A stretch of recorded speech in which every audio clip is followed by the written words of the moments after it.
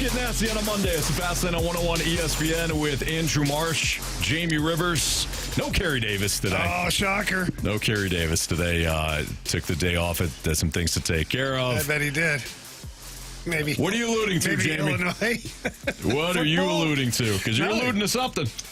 It's just odd that we were also made aware that Tanner not here either, and both Tanner, oh, that's right, Tanner and Carey Davis, obviously big Illini fans, and they must have a special group together today mourning. Yeah, the defeat to India.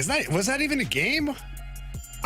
Technically, it was. I mean, technically it counted. But yeah, we'll get to that. Let's start with Mizzou. Mizzou wins against South Carolina over the weekend on Saturday night. And boy, oh boy, Ahmad Hardy is special. That kid is a bowling ball, difficult to bring down, set the tone for the offense on Saturday night. He was fun to watch. How about the one you and I were going over things in the pre-show meeting, Jamie, and you and I kept watching the touchdown over and over again in which he got stopped. He's backwards, keeps the leg moving. Yeah, he was like laying on top of two players.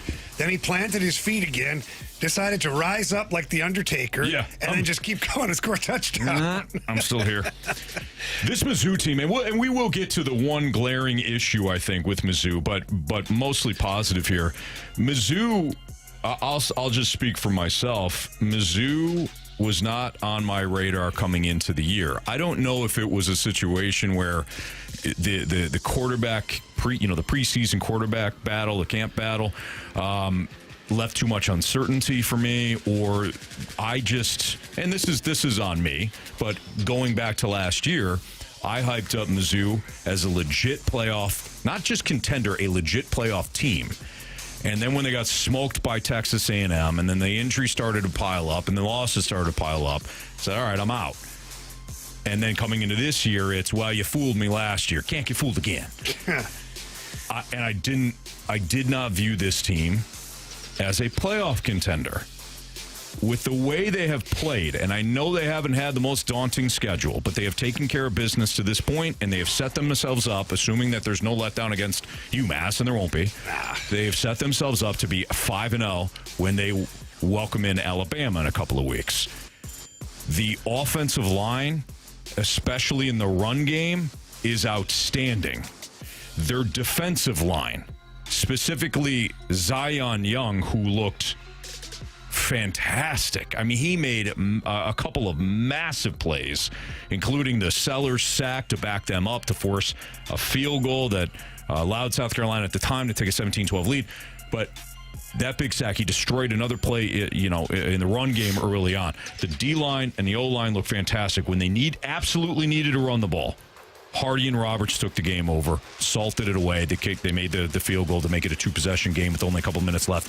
When they needed to run the ball, they did. Bo Pribula, one mistake. He had a pick early in the second quarter, one mistake. Otherwise, the decision-making, whether to throw or pass, either to throw or run, the decision-making was excellent from Bo Pribula again. They don't have all the elements, but they sure check off a lot of boxes. Yeah, it's a fun team to watch. I was a little worried. The first half, it didn't look fantastic. South Carolina looked like a dominating team. The Sellers looked great in the first half.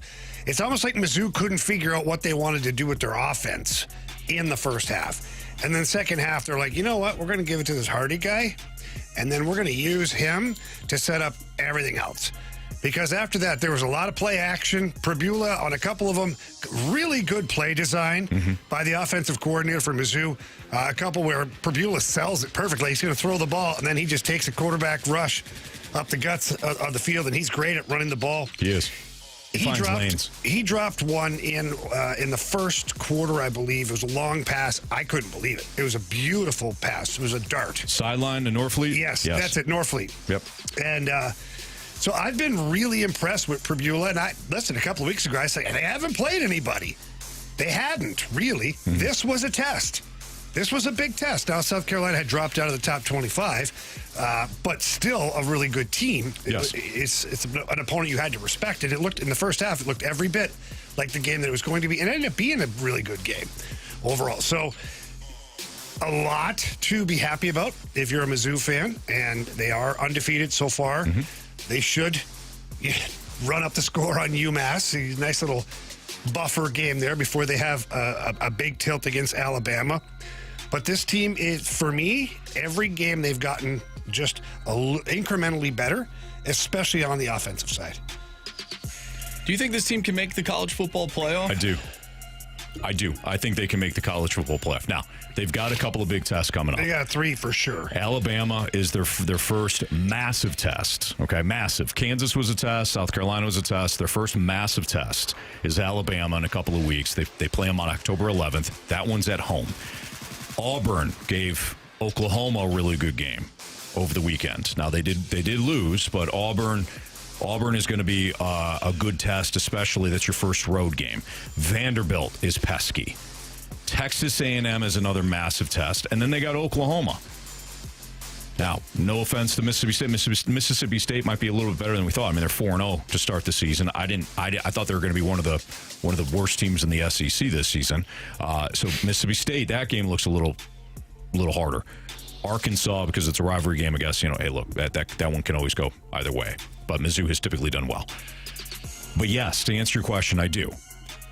The biggest question facing Mizzou, and I want to highlight the positives again, the ground game, excellent. Perdula makes at least one throw a game that is NFL quality. The one that Jamie just talked about to Norfleet along the sidelines when he put it high for his tight end. So it was over the outstretched arm of the defensive back and still gave Norfleet an opportunity to catch it in bounds. Excellent pass. He's had a couple of those each game where you're like, damn, this guy's got a good arm, accuracy's there, running ability's there. Offensive line, defensive line, excellent. Linebackers, at least against the run, good. The biggest issue, besides the kicking game, which you missed an extra point, and I think everybody in the building was holding their breath on that last field goal attempt. Granted, they made it, which is good. But I'm not saying anything Mizzou fans don't already know. The biggest problem right now is the big plays allowed in the secondary. You had way too many communication problems against South Carolina that led to massive plays. I don't know what the issue was, especially on a couple of the sideline throws to the side of Pride and Catalone. I don't know what the issue was. The one play in which it looked like Toriano Pride was in cover 2 and Catalone was in cover 4. Either way, Catalone's out of position. Now, I don't know I have no idea what their coaching and what the communication is. I don't know actually what the coverage was because we only get certain feeds. Yeah. But it looked like there was a miscommunication. Pride was going to stay in the boundary in the flats, and Catalone needed to stay up over top. Whether he's in cover 2 or cover 4, he's out of position. And I think he got benched in the game, too. So that hurt. The miscommunication in the secondary has to be fixed, or else it's going to be a problem. Something that Eli Drinkwitz, by the way, discussed in his post-game press conference. When we watch the tape tomorrow, I'm going to be on some secondary coaches' rear ends because this is getting ridiculous how porous our pass defense is. And that's got to get shored up in a hurry. And whatever we got to do to fix it, we're going to have to do. But there's way too many holes in our zone cover. We got bad eyes in the backfield. I'm not going to get negative. But, yeah, that crap's got to get corrected. He's calling it out because he's speaking the truth. That sounds, that out, though? Like, what are we doing here? That sounds completely different than the Brian Kelly post game. Mm-hmm. Like, there's some accountability there. I think he's being honest. Okay, but as a teammate here, and as a teammate that I've been my entire career, and as a business owner who runs a team of individuals, I don't know if I love the way he just handled that. Because it sounded to me like he absolved himself of all wrongdoing, and he put it all on the defensive backs and the coach and the coach. So, but I understand what you're saying. Because listen, as a leader of a group, you can't. You have the last call. If you don't like something you're seeing in practice or that's been evolving for a couple of weeks, you are the CEO. Yeah, change it. Yep. Or call the meeting then, not now, and out all your guys and make them feel like a bunch of crap. Like, no. I would have said, hey, look, obviously some things to clean up in the secondary. We're going to get in that film room together, me and the coaches and the players. We're going to get this thing solved because we got a hell of a football team here. We can do some damage, but not like that. So we got this. That's fine. We're done. I don't think Jamie. I think he could have probably said it. He could probably worded it This differently. is what bothers me a little bit about Drink. Okay, one, I think he's a great football coach. I do. I think he's a great recruiter. He's a hell of a salesman, and I mean that in the best possible way. Yeah. But that right there, he was selling himself there again. It's almost like I'm a great coach. Secondary sucks. That's not my fault. That's his fault. We're going to get on his ass to fix that thing. Why? They vote Drink. No, how about Drink? You just include yourself in there because you are the head coach and you say, we will fix this together. Like, I don't know. It just irked me. He could have easily said it starts with me. I just didn't like it, Anthony. Okay, I don't like the way you're looking at me right now, but I just didn't like it. Could he have said it differently? Could he have worded it differently? Yes. Is he wrong? No, he's absolutely right. He's absolutely right. Because there's going to be some teams at some point. I don't know if it's Bama necessarily. Auburn's got a decent passing attack. Diego Pavia, you're going to have to go to Vanderbilt, and this isn't your father's or grandfather's Vanderbilt. This is a team that can throw the ball a little bit. Texas A&M can definitely wing it. You're gonna be tested. Is it possible though? And we've talked about this before. When somebody calls either the player or a coach out in a post-game press conference, is it possible that they have already had these conversations and nothing has changed? Yeah, what you're referring to is the Ollie. Yes. Yeah, but in this The Ollie situation, you're calling out coaches. Right. It is a little bit different. If it's one singular player that is not dedicated to the film room, doesn't practice hard, misses, pretends he's hurt, can't practice, doesn't want to skate, whatever it is, you say, okay, that guy. I just don't like it. Either way. Go ahead. Don't cut me off. Either way. No, I'm looking at the clock. That's what you're doing to me. You just did that to me. You just staltered clocked me. Hey, you know what? You did. You know what? If I wasn't more forceful with Marsh and Carey last week, I wouldn't have had to watch my Falcons lose 30-0. You know what? Screw you. You showed up, though. Is Nolan Arenado all but gone for next season? Right here, next. No. Hold on. Don't you dare. Do it to you. Don't you dare. It's my turn to do it to you, Anthony. We're not going to end the segment that way, all right? Mizzou had a nice win over the weekend. Most of it was positive. We're not going to go down a negative route. You already started this. They got some things to clean up. I'm calling it out. I like you. Being honest. I should have took today off like Carey. Fine. Go. Okay. Even though your Buccaneers won, barely, and your good teams and whatnot. Marsh and I, actually, you won too. You know what? It was a good week. It was a good week. CMU had a big one, so I'm happy about that. They did. I actually almost texted you. I tried to find the game. I couldn't find it. I buried it. No. I don't know who they played. I honestly looked for the game. I couldn't find it anywhere. It was probably on ESPN Plus. It was probably on the Ocho. Probably on the Ocho. Mizzou, nice job again. I think if they can get the secondary cleaned up, they'll be all right. But big win. We will talk about Illinois. Oh, I was hoping that Carey'd go on a rant, but he'll have to save that till tomorrow. Hopefully he's back tomorrow. But we at least have some thoughts on his Illini. Was that a weird situation? Awkward, clunky over the weekend with Nolan Arenado? We'll get to it now. We'll get to it next on 101 ESPN.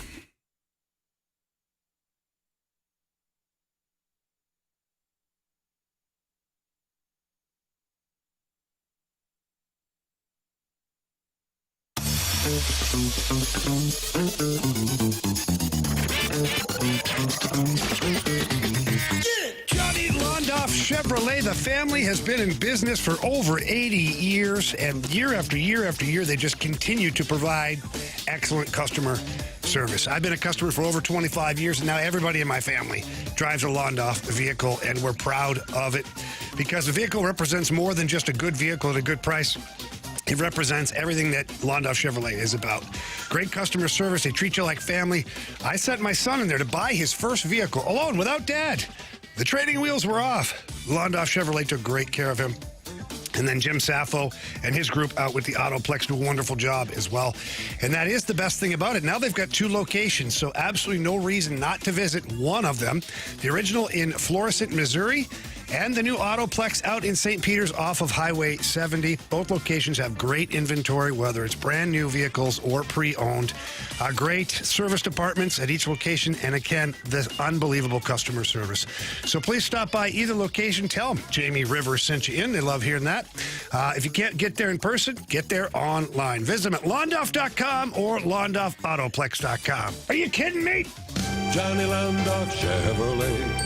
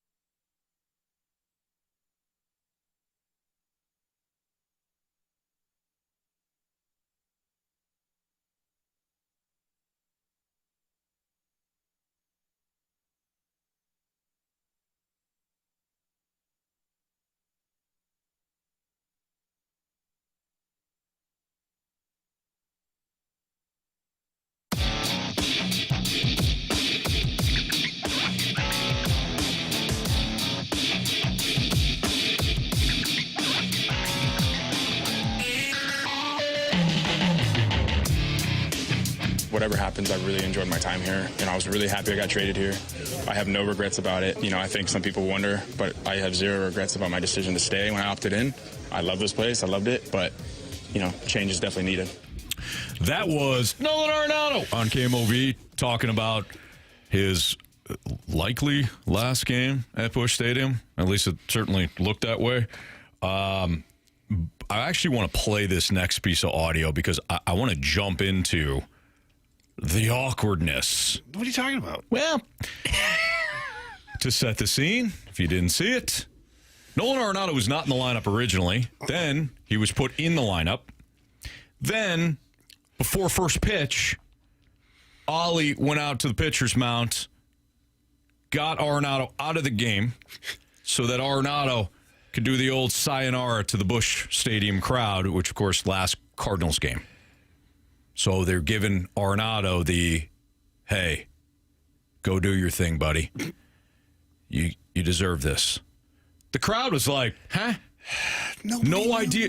Nobody knew what the hell's going on. Dude, so if we can break it down just for a second. One, the intentions were perfect. Absolutely, yes. I totally agree. That is a Hall of Fame player that played for your organization, represented the birds on the bat very well. Absolutely, total pro. Did he get you what you wanted in a World Series? No, he didn't. But for a good part of the time that he was here, him and Paul Goldschmidt carried you offensively. Mm-hmm. So you have to respect that. And we got to see some of the greatest defensive plays I've ever seen from any position from Nolan Arenado at third base. Yeah. An absolute treat to watch him play night after night when it comes to the defensive side of it. Now the offense has struggled the last couple of years, but that's irrelevant right now. the intentions were good. Give him his curtain call. The problem is when you do it before even one pitch, like, why would you not have waited until like 2 batters in? Call time, walk out. Now everybody's like, oh, okay, we get it. Right. We get it. You know? Yeah. All right. Everybody was so confused because they thought, oh, he must have had the wrong lineup card. Not sure. And then they were like puzzled. Then they were kind of like clapping and like, what? And then he raised the hat. Oh, yeah, okay, we got it now. Jamie, to your point, this is a crowd that can't wait to hand out standing ovations. Oh, yeah. They can't wait to do it. They do it better than anybody. And that crowd was confused.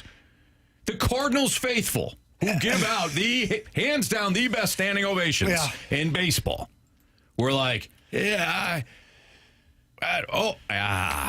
also, not everybody, I know you find this hard to believe, not everybody's in their seats yet for the first pitch of the game.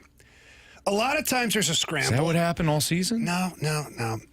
By the 5th inning, they're usually there, Anthony, and they weren't. But if you're going to do this, Arenado didn't have to come out before the game started. Play him a couple of innings, and then make it, and then you look around, okay, building's pretty full right now. Now's the time to do it. Mm-hmm. You know, or maybe he has a big play at third base, throws them out, you call time, you go out, there you go. I don't know. Like I said, the intentions, perfect. The execution, less than. Here's Nolan Arenado getting this audio courtesy of KMOV on being taken out on his time as Cardinal. At first, it got like awkwardly quiet, you know, because I don't think anybody knew what was going on. And then when I walked off the field, it got a little better, thank God. But you know, the fans they've always been great here. They want a winner, they want a good team that wins, and they want competitive baseball. And you know, I want that for them. We want that, and I wish we could do it a little bit better the past few years for them. Unfortunately, we just haven't been able to do that. But you know, Cardinal fans love good baseball. And, you know, like I said, that's why I came here. You know, I came here because I love the city. I love the way the fans appreciate the game. I love the way they show up. And unfortunately, they haven't showed up because we're not giving them the proper game that they deserve to see. And, you know, when I opted in 22, I thought we were going to continue the 21-22 type baseball. I really did. And unfortunately, we haven't been able to do that. And I take a lot of blame for that, obviously, from a performance standpoint. But at the end of the day, you know, all in all, I'm just really appreciative of all of them. So a couple things. One, it's always tough for the superstar to be bowing out after being less than as far as a player. Like he hats off to him because he says, you know, I wasn't always, you know, didn't go the way I wanted. You know, he was a total pro. Yeah. He was a total pro about it, but he really owes nobody an explanation.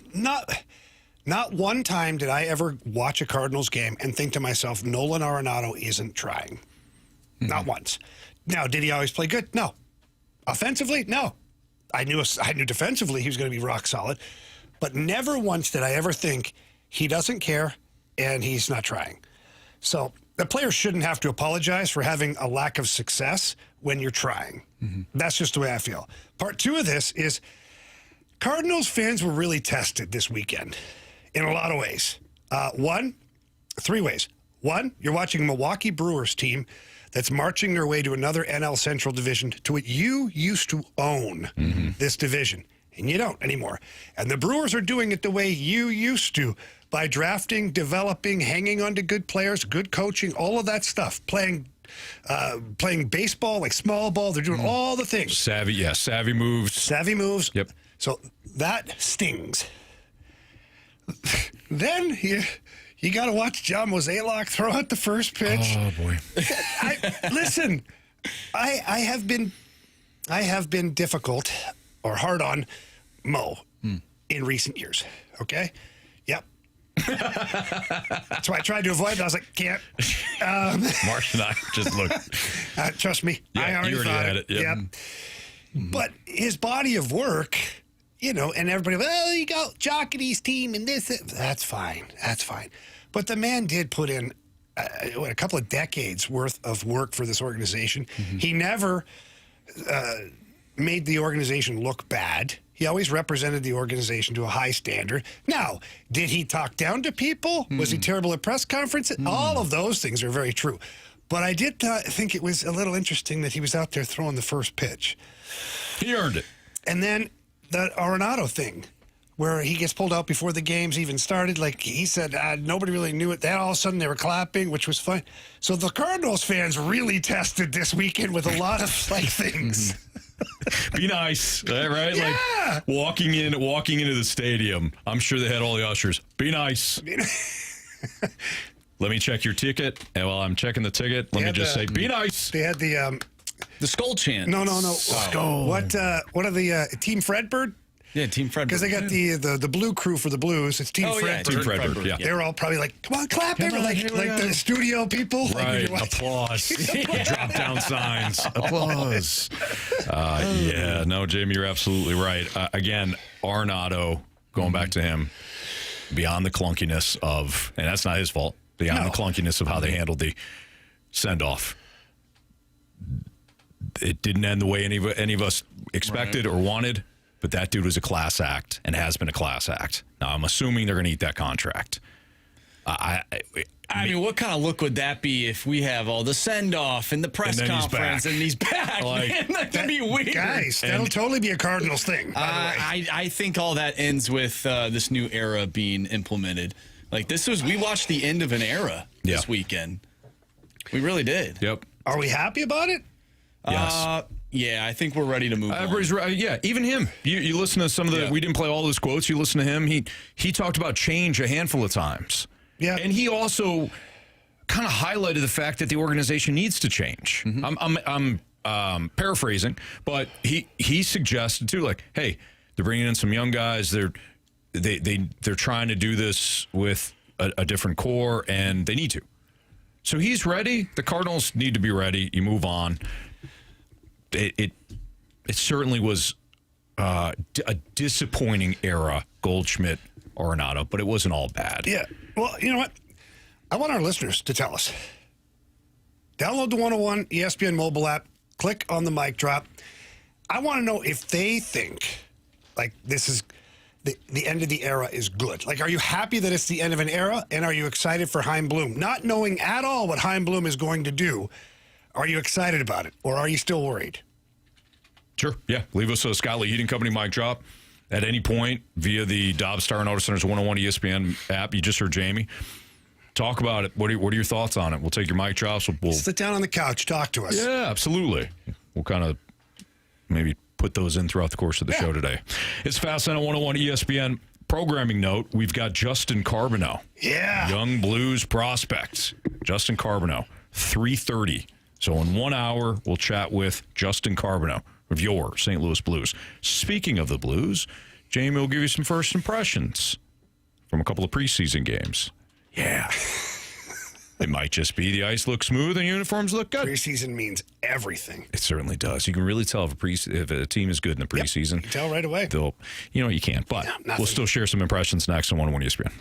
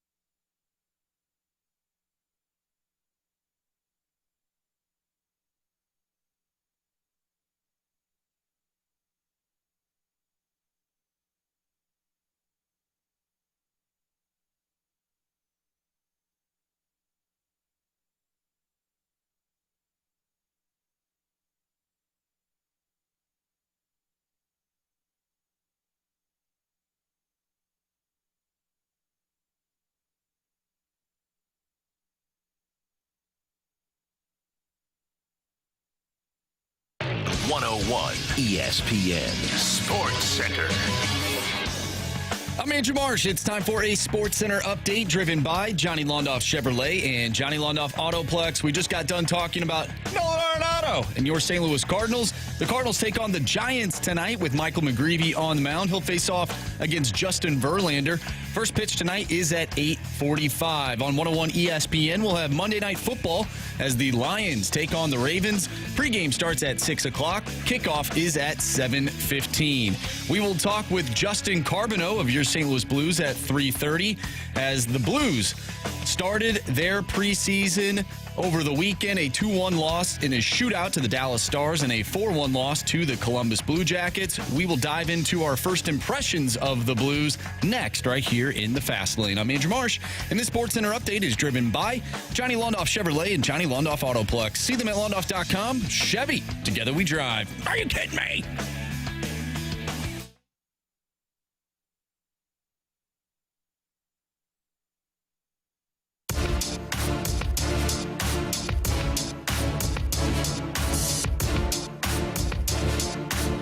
On 101 ESPN with Andrew Marsh and Jamie Rivers. I'm Anthony Stalter, Carey Davis. Hopefully we'll be back tomorrow. First impressions, Jamie, of the Blues over the weekend as they play a couple of preseason games. Uniforms look amazing. They do look sweet. Those away jerseys are crisp. Oh, yeah. Like, I know the home jerseys. We've seen them for a couple of years now since the very first Winter Classic at Busch Stadium. And the moment they broke those out, I knew they were going to be popular, and they have been ever since. But those away jerseys, I mean, they look great. Oh, man, best in the league. I think, well, they're close. I mean, we are biased because we love the Blues, but... Yeah. No, it's just the colors, man. They really pop. They do pop. With the white. Oh, man. A great job. So hats off Marsh to the Blues. is in heaven. Well, Marshy's a uniform guy. That's what I'm saying. A good uniform. I love a good hockey sweater. I think hockey jerseys are, if you want to put them up against any other uniform in sports, I think hockey has the best uniform. Well, it has to have a logo on it.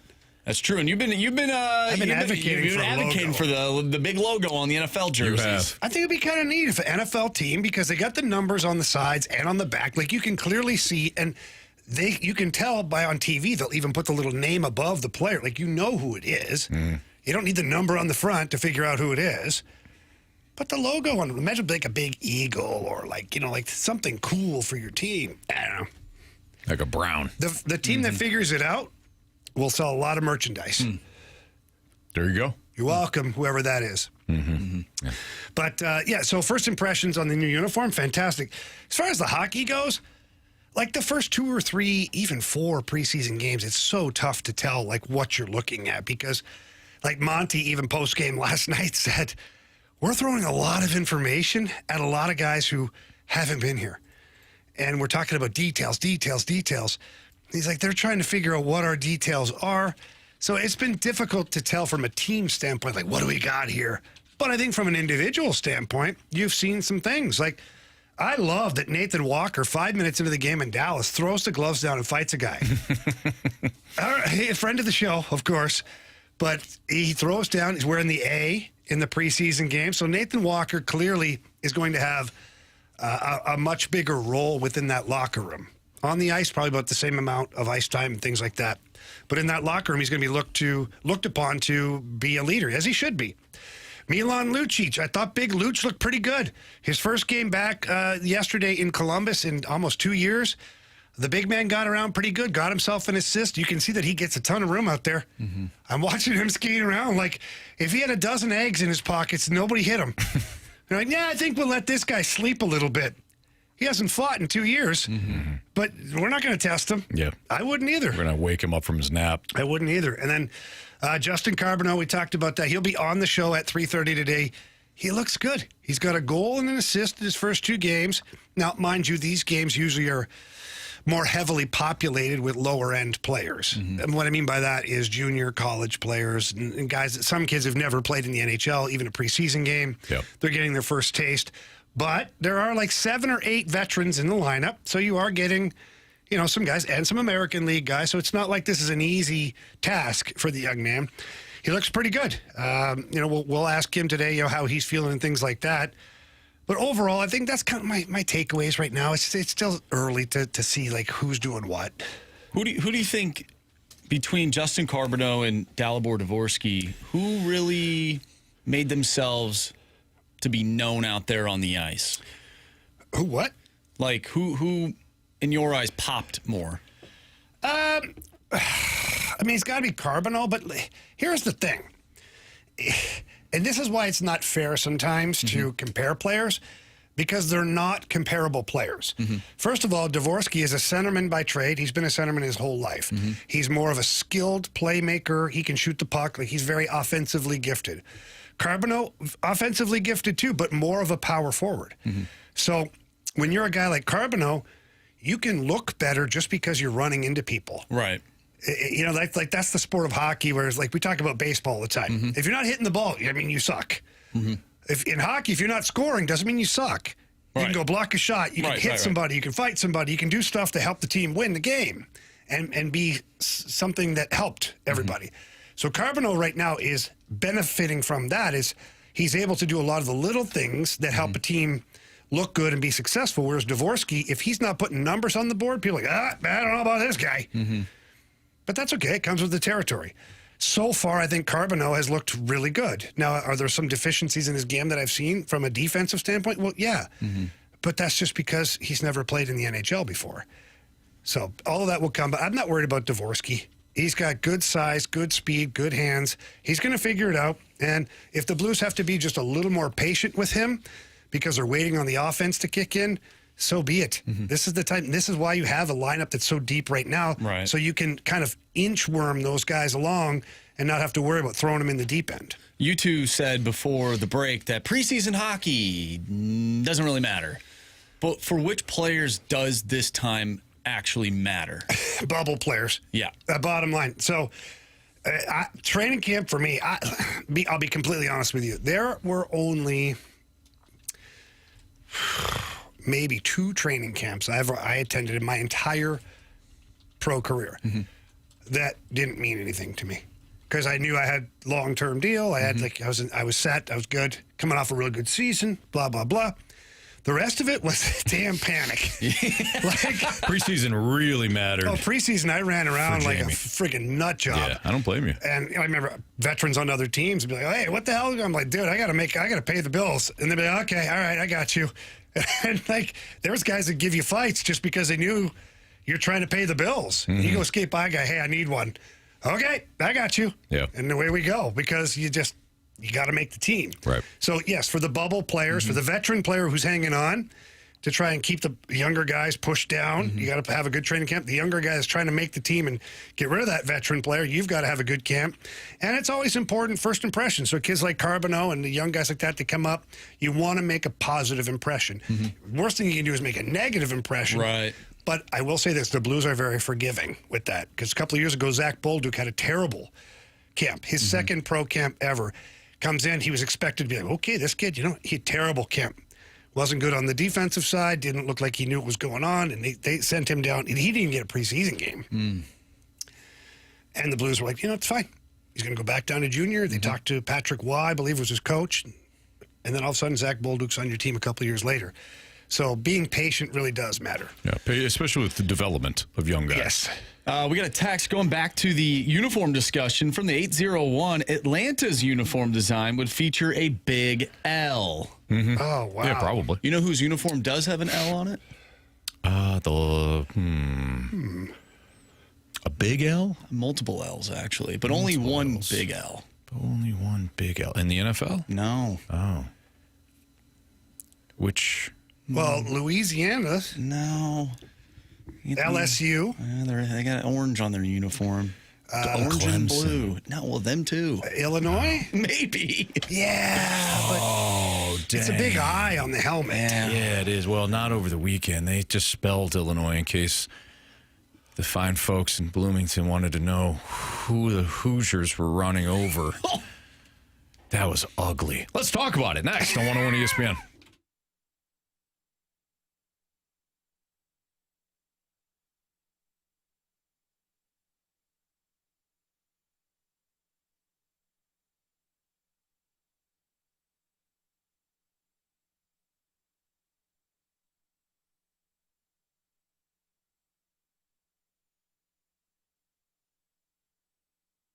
All right, if you're looking to sell your home, I can help you out. Well, not me personally. You won't want to trust me, which is why you shouldn't trust any average real estate agent either, for that matter. You should go with somebody who sells lots of homes all year round, and that is Gloria Liu with Your Home Sold Guaranteed Realty. Gloria's been in the business for over 20 years now, and she sells more homes than any other agent in the area. And I'll tell you what she does. She knows how to price your home to get it sold. And that's really what you want to do. You want to sell your home for the most money possible, but sell quickly. So Gloria Liu guarantees to sell your home for 100% of market value, or she will pay you the difference. And she puts all that up front in handwriting so that you're comfortable with it. And she's also comfortable doing that because she's got over 24,000 buyers in waiting. So while you call Gloria Liu, start packing because she's going to sell your home quickly. When you do call her, tell her Jamie Rivers sent you. And her number's 314-325-6888. Again, that's 314-325-6888. Or you can always visit GloriaHasTheBuyers.com. Again, that's GloriaHasTheBuyers.com. As always, Gloria and the seller must agree upon the sales price as well as a possession date.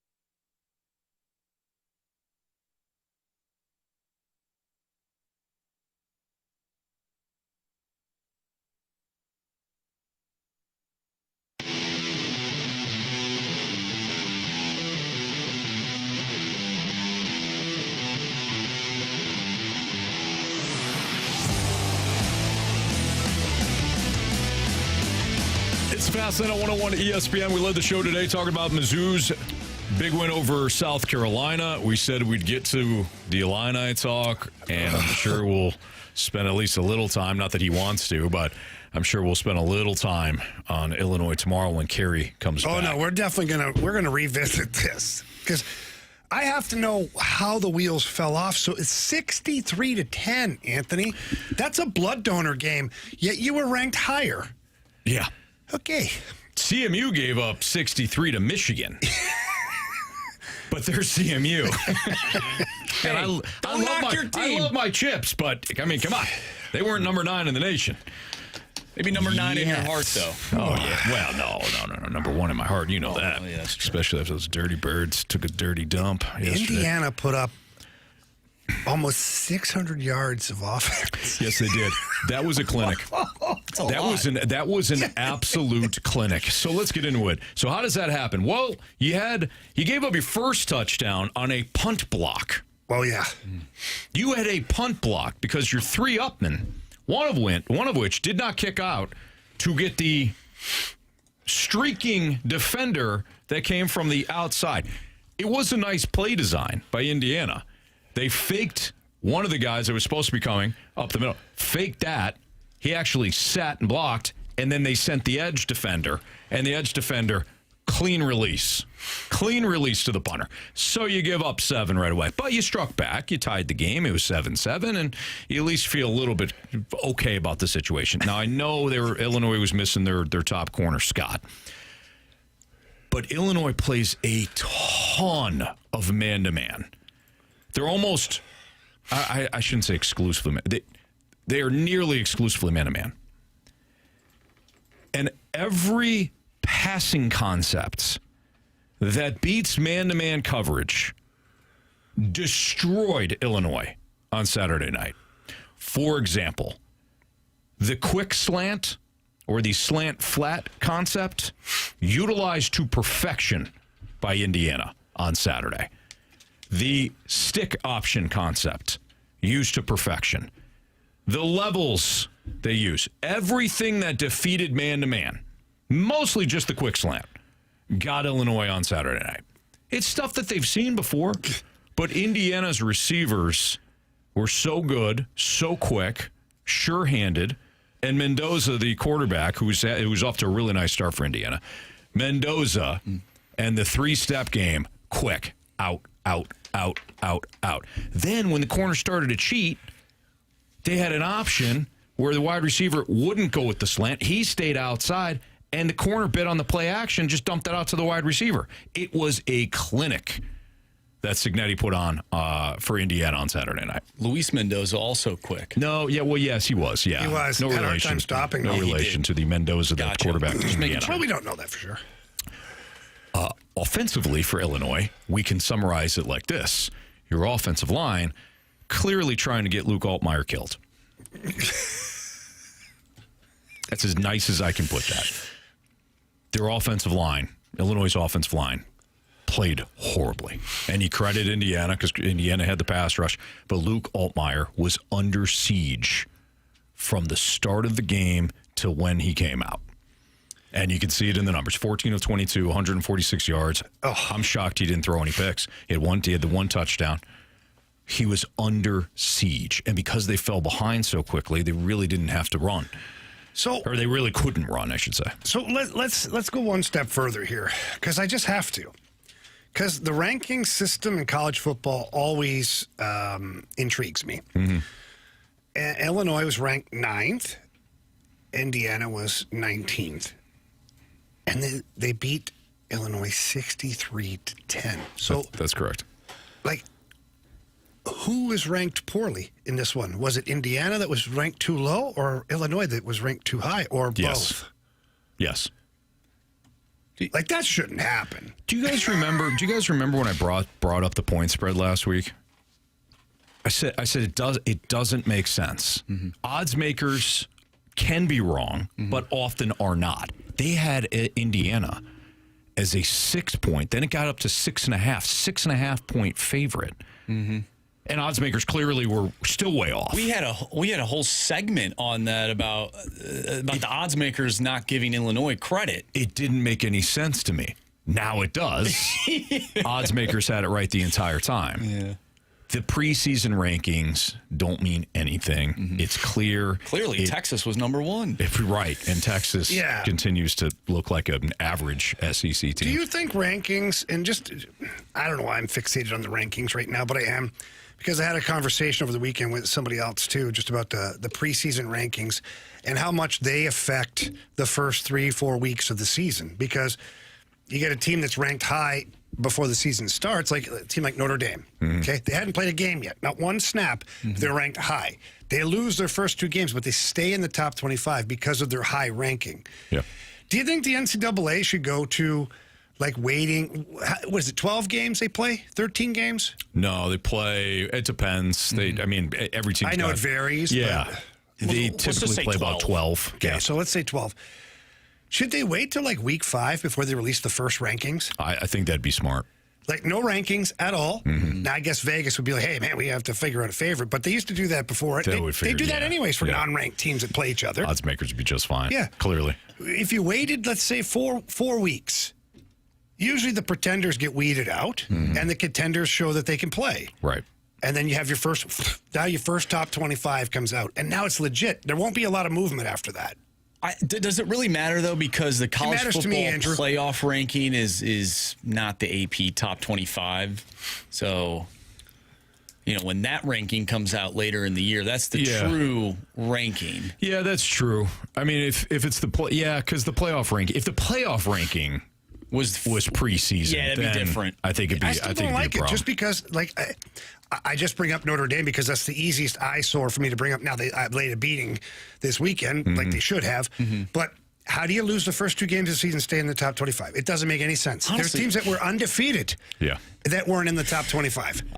This is just me, and I don't know. I take Illinois. I take Illinois out of the top 25. Like that, they were beat so bad that they don't deserve to be in the top 25, in my opinion. Because Indiana was ranked 19. Mm-hmm. So they're barely in the top 20. They moved down 14 spots, so they're on their way. Yeah, 14 spots, and they should. They punished them. Yeah, they should have been punished. Like they're barely hanging on. And again, they were banged up in the secondary, but now they need to beat Ohio State in order to sniff the college football playoff, in my opinion. Illinois, they got another good test in USC.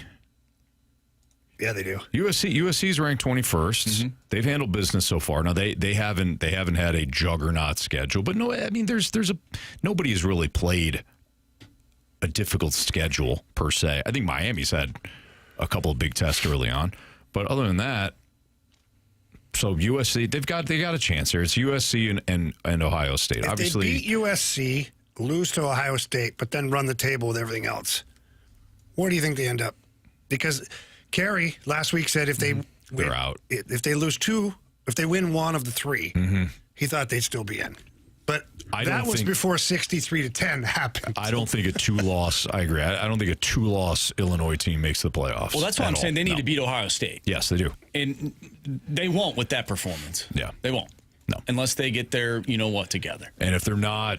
If they don't get some of these secondary pieces back, now Scott is likely to miss most of the season, so that's a significant blow to Illinois. If they don't get some of these other pieces back, this is going to be a huge problem. You cannot play man-to-man with corners that are getting beat on slants all night. Like that was a problem. And the safeties, I mean, it wasn't just the cornerback. The safeties were taking horrific angles, especially in the run game. Mm-hmm. And you got a problem if your safety's going to have to make one-on-one tackles with the running back all night. I mean that's an issue right there. Well, Marshy, Yasiel the boy Puig here on the text line agrees with you. He says no team that's a true top 25 team should lose to anyone by 53 points. Mm-hmm. That's a problem. Do you think Illinois is on a Mizzou trajectory from last season, where a lot of hype heading into the year, and then you lose some games that?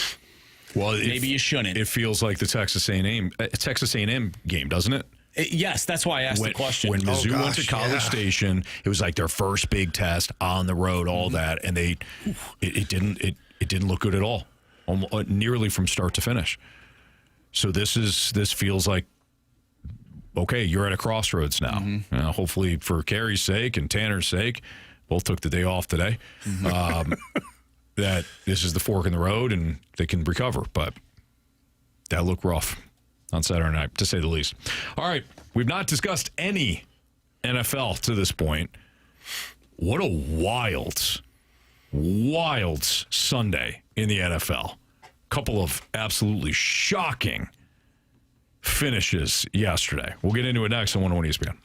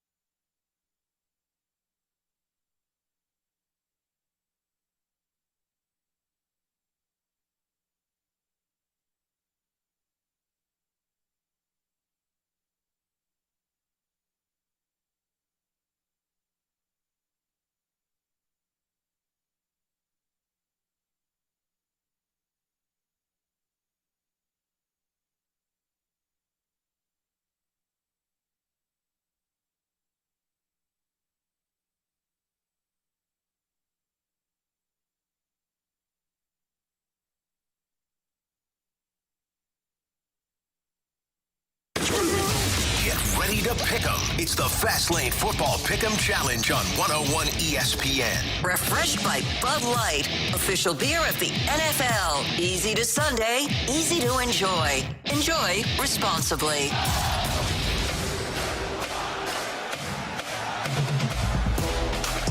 3:04 your time check brought to you by Clarkson Jewelers, an officially licensed Rolex jeweler with Andrew Marsh and Jamie Rivers. I'm Anthony Stalter.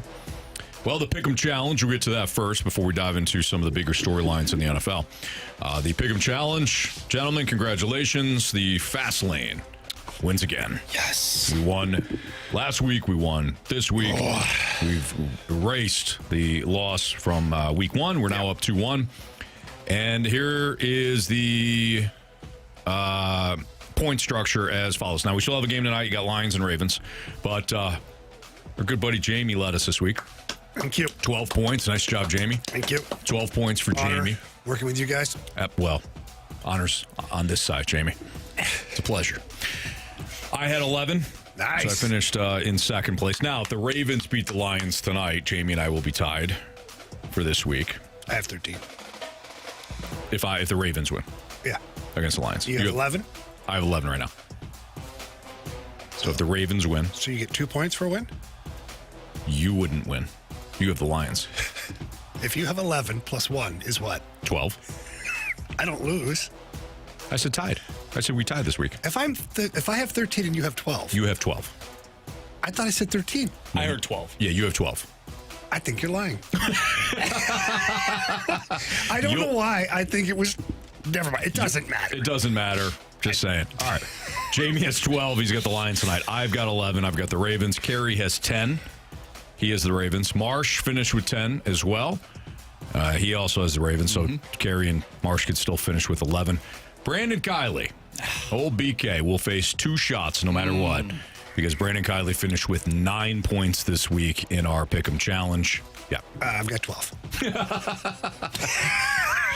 We appreciate you double checking. Yeah. Thank you. BK, doesn't matter what happens tonight.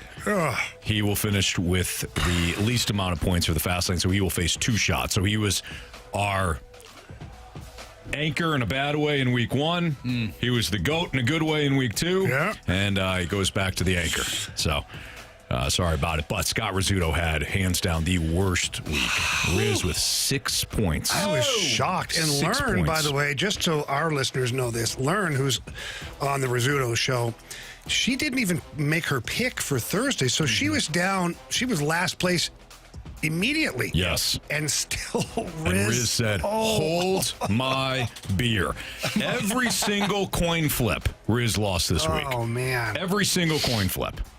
Every game that could have went either way went against our guy, Scott Rizzuto. So he will be punished at some point. I don't know if they did it today or not, but he will be punished them. Now, getting into some of the bigger storylines from the weekend. Yes. I quite frankly, I don't know where you guys want to start. We're going to start with the Super Bowl hopefuls losing to the Cleveland Browns. Yeah.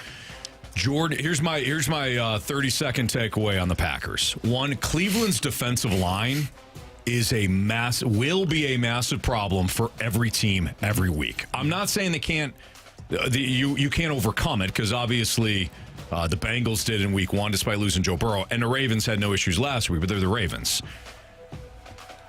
Green Bay couldn't move the ball, and they kept trying to stick with their 5 and 7 step drops against a defensive line that was owning Green Bay's offensive line. And Green Bay's offensive line, I thought, was for the first 2 weeks played like it was the best in football. They had a horrible day yesterday. Green Bay couldn't move the ball. They kept getting in third and long. They kept trying to throw their long passing game. A couple of times they connected, but the Cleveland defensive line won that game for them yesterday. And Jordan Love threw an absolutely horrendous interception. That was a great pass. Oh, man. Horrendous interception. Hit him right in the numbers. It scared the hell out of him. Wearing the wrong jersey. Yeah. That allowed Cleveland to tie that game, and then eventually they blocked a chip shot field goal and set themselves up to hit the game winner. So give Cleveland a lot of credit, man. Green Bay, it goes back to the old adage of if you get your ass kicked in the trenches, I don't care how good you are, you could lose that game, and that's what they did. What's funny is, as I'm looking at the whole slate, every game had a storyline. So if we go through quickly here in order that I have, the Colts, 41-20. Daniel Jones just continues to impress. The team's punted once in 3 games. Yeah. And even when they had to punt, the coach laughed. He's like, we laughed. What do you mean we have to punt? They made a big deal on that with Red Zone. Yeah. Ladies and gentlemen, this is the first time the Colts have had to punt. Okay, pretty impressive, though. It's incredibly 3 games impressive. in, you've punted the ball once. Daniel Jones went 18-25, 228 yards. You put up 41 points. So that, to me, is a storyline. You move on to the Vikings. It's the battle of the backups. And Carson Wentz did exactly what he had to do. He kept the ball out of the hands of the Bengals, protected the ball, and the Vikings defense stepped up in a huge way. 2 touchdowns. Isaiah Rodgers. For Isaiah Rodgers. Unbelievable I believe play he there. had the best PFF grade ever. He probably deserves He's it. only the third player in 99.9. NFL history to do that, by the way. How about the play in which he punched the ball out and recovered it himself and then went for a touchdown. Yeah. Yeah, impressive performance there. So the Vikings bounce back. And they get the run game going. And they got the run game going with Jordan Mason. Yep. Jordan Mason, 16 carries, 116 yards, 2 touchdowns. Aaron Jones on the shelf for a while. I wonder if Mason becomes the starter full-time there. That's why you went out and got that guy. He's dynamic. He just needs to stay healthy. Yeah. I'll get to this real quick. Somebody in the Snake Pit, John in the Snake Pit goes, hey, talk about your Falcons effort. And I just responded, what effort? That was atrocious. There was no effort. That was atrocious. They're running a high school. Yeah, but they lost to a hell of a team. You know what? Carolina beats them every year, so I guess they do. Every year, Carolina beats them. 30-0, no? Dude, that's coaching. That's coaching. Can I ask you a question? Don't yell at me. I didn't coach I'm a team. angry. That's pathetic. Is Kirk Cousins going to start next week? No, he's not going to start next week. Penix was terrible. Penix was bad. terrible. It was terrible. They're running a high school. The passing game, it's a high school offense. I feel like an idiot for putting them in my top 10. You should have. Stack up. That's your fault and it's Carey's fault. You fought. You fought for them. I did. I told you they weren't a top 10 team. They're not even a top 20 team. No. It took advantage of starting me, you, and Jamie on the offensive line for Minnesota last week. They did. All right, moving on. Nobody cares about Buccaneers them. with the big one. Another nail biter at the end. Well, let's talk about that one. I couldn't believe that the Jets were in position. They blocked up. How many blocked field goals yesterday? Oh, there's so many, including in the big one, Eagles and Rams. Yeah, the big fella. Let's get to that. Marsh, I don't want to ruin your point because I think it's an interesting one about the Eagles. Yeah, I was, and I said this in the office, I wonder if and it's early in the year, but we saw last year the Chiefs not look overly impressive, but they found ways to win, and it ended up biting them in the Super Bowl, the way that they went about their games.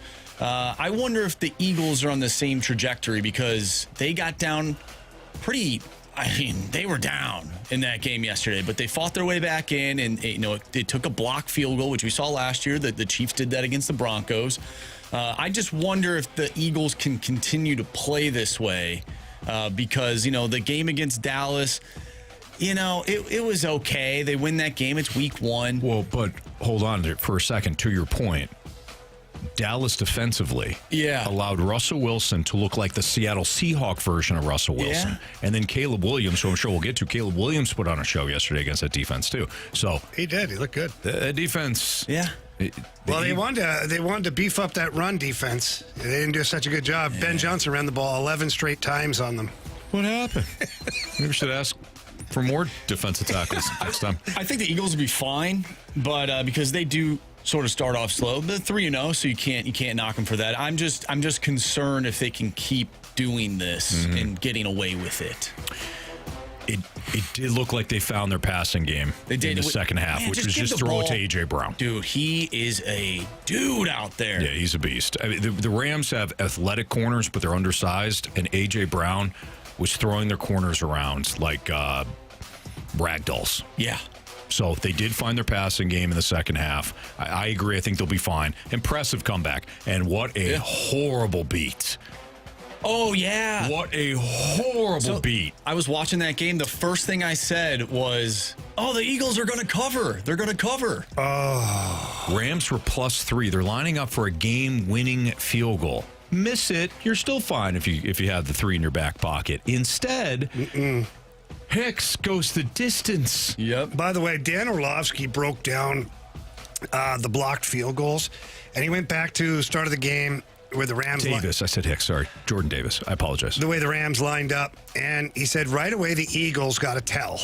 He said the very first field goal attempt of the game, because the Eagles got to tell. And then he circles it and does the whole breakdown. And he says, watch how they line up the next time. And they stacked it up against one player in particular, and they got the block. Nice. And so then they knew, because the Rams never adjusted their coverage on the field goal.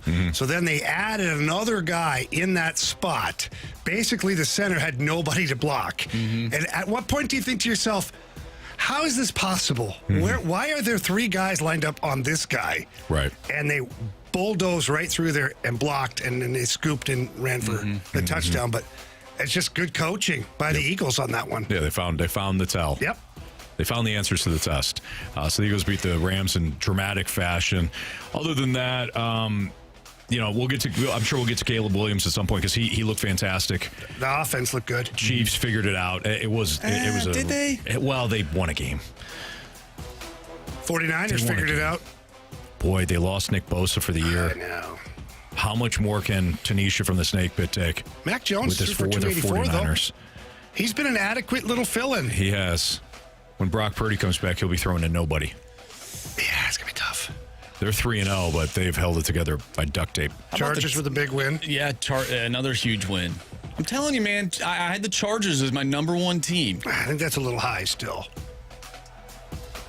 Well, He's still mad. You don't look as crazy. Chargers are a good team, man. They Did are. you see They're that very one good. play And by they Herbert? finally, What? Go ahead, Marcy. well, they started finally running the ball, giving it to Hampton. Yeah. That dude, he can run. But yeah, the Martin play Hampton. that you're talking about when Herbert scrambles and finds Squeezes Keenan up Allen. through the pocket, Yep. and then he's running sideways and throws it around and then leads his receiver that was about as good of a pass as I've seen in a really long time. I wish we would have said before the season that Herbert was a good quarterback. We One of did. us. I wish one of us would have stepped up. You did, and I supported you. Thank you. Jamie. Carey laughed and said basically that he doesn't believe anything at all to do with Herbert. He has apologized. And he told me to go fast lane myself. Oh, He did. Yeah. Well, no, he doesn't apologize. He just says, "Who knew?" Which is, it stings even more. It's avoiding. how about the Texans? 0-3. It's a bad team. I don't know how you fix it either. That's a bad team. That's a bad offense. good. Yeah. They can't run the ball. C.J. Stroud don't look like the same dude. Nico Collins with a crucial fumble when they finally got the game back.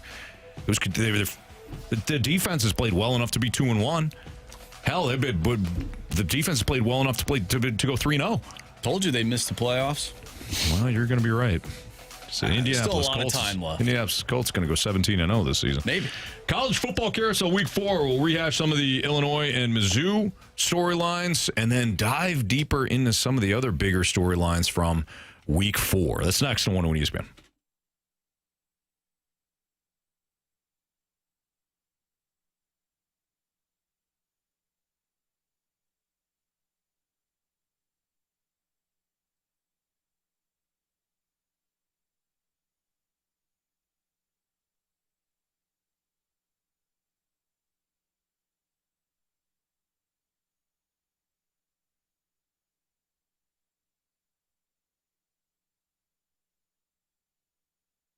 Anthony, as aging men, there's one thing that can affect a lot when it comes to our mood, our patience, sometimes even our depression, all of these things, and that is low testosterone. And there's a lot of times where you don't even realize that you're low in testosterone. I was that person because I felt like I'm working out, I'm doing things, I'm on the ice. I'm like, yeah, you feel like, things are pretty normal. I'm not doing as good as I used to do. Well, I went into Mentality, the Chesterfield location. I sat down with everybody over there, who, by the way, they're awesome. They're awesome at what they do. And they did the full blood panel, found out, yep, sure enough, low in testosterone, vitamin B and vitamin D, and all of these things were affecting everything when it came to how I felt physically. So now that I'm on my program, things have changed drastically, and I know you have a very similar story. I feel motivated now. I feel motivated in the morning. I'm ready to attack the day. It wasn't always like that. I was like you, Jamie, where it's like, oh, man, I got a million things to do today. How am I going to get all this done? You know what? Forget it. I just, I'll do a couple things. And no, I was disappointed constantly. I didn't. It's not just like I felt bad or felt crappy. It was that I knew I wasn't giving everything I had. So jump on the Mentality program. And all of a sudden, within a couple of weeks, I'm like, oh, I feel pretty good.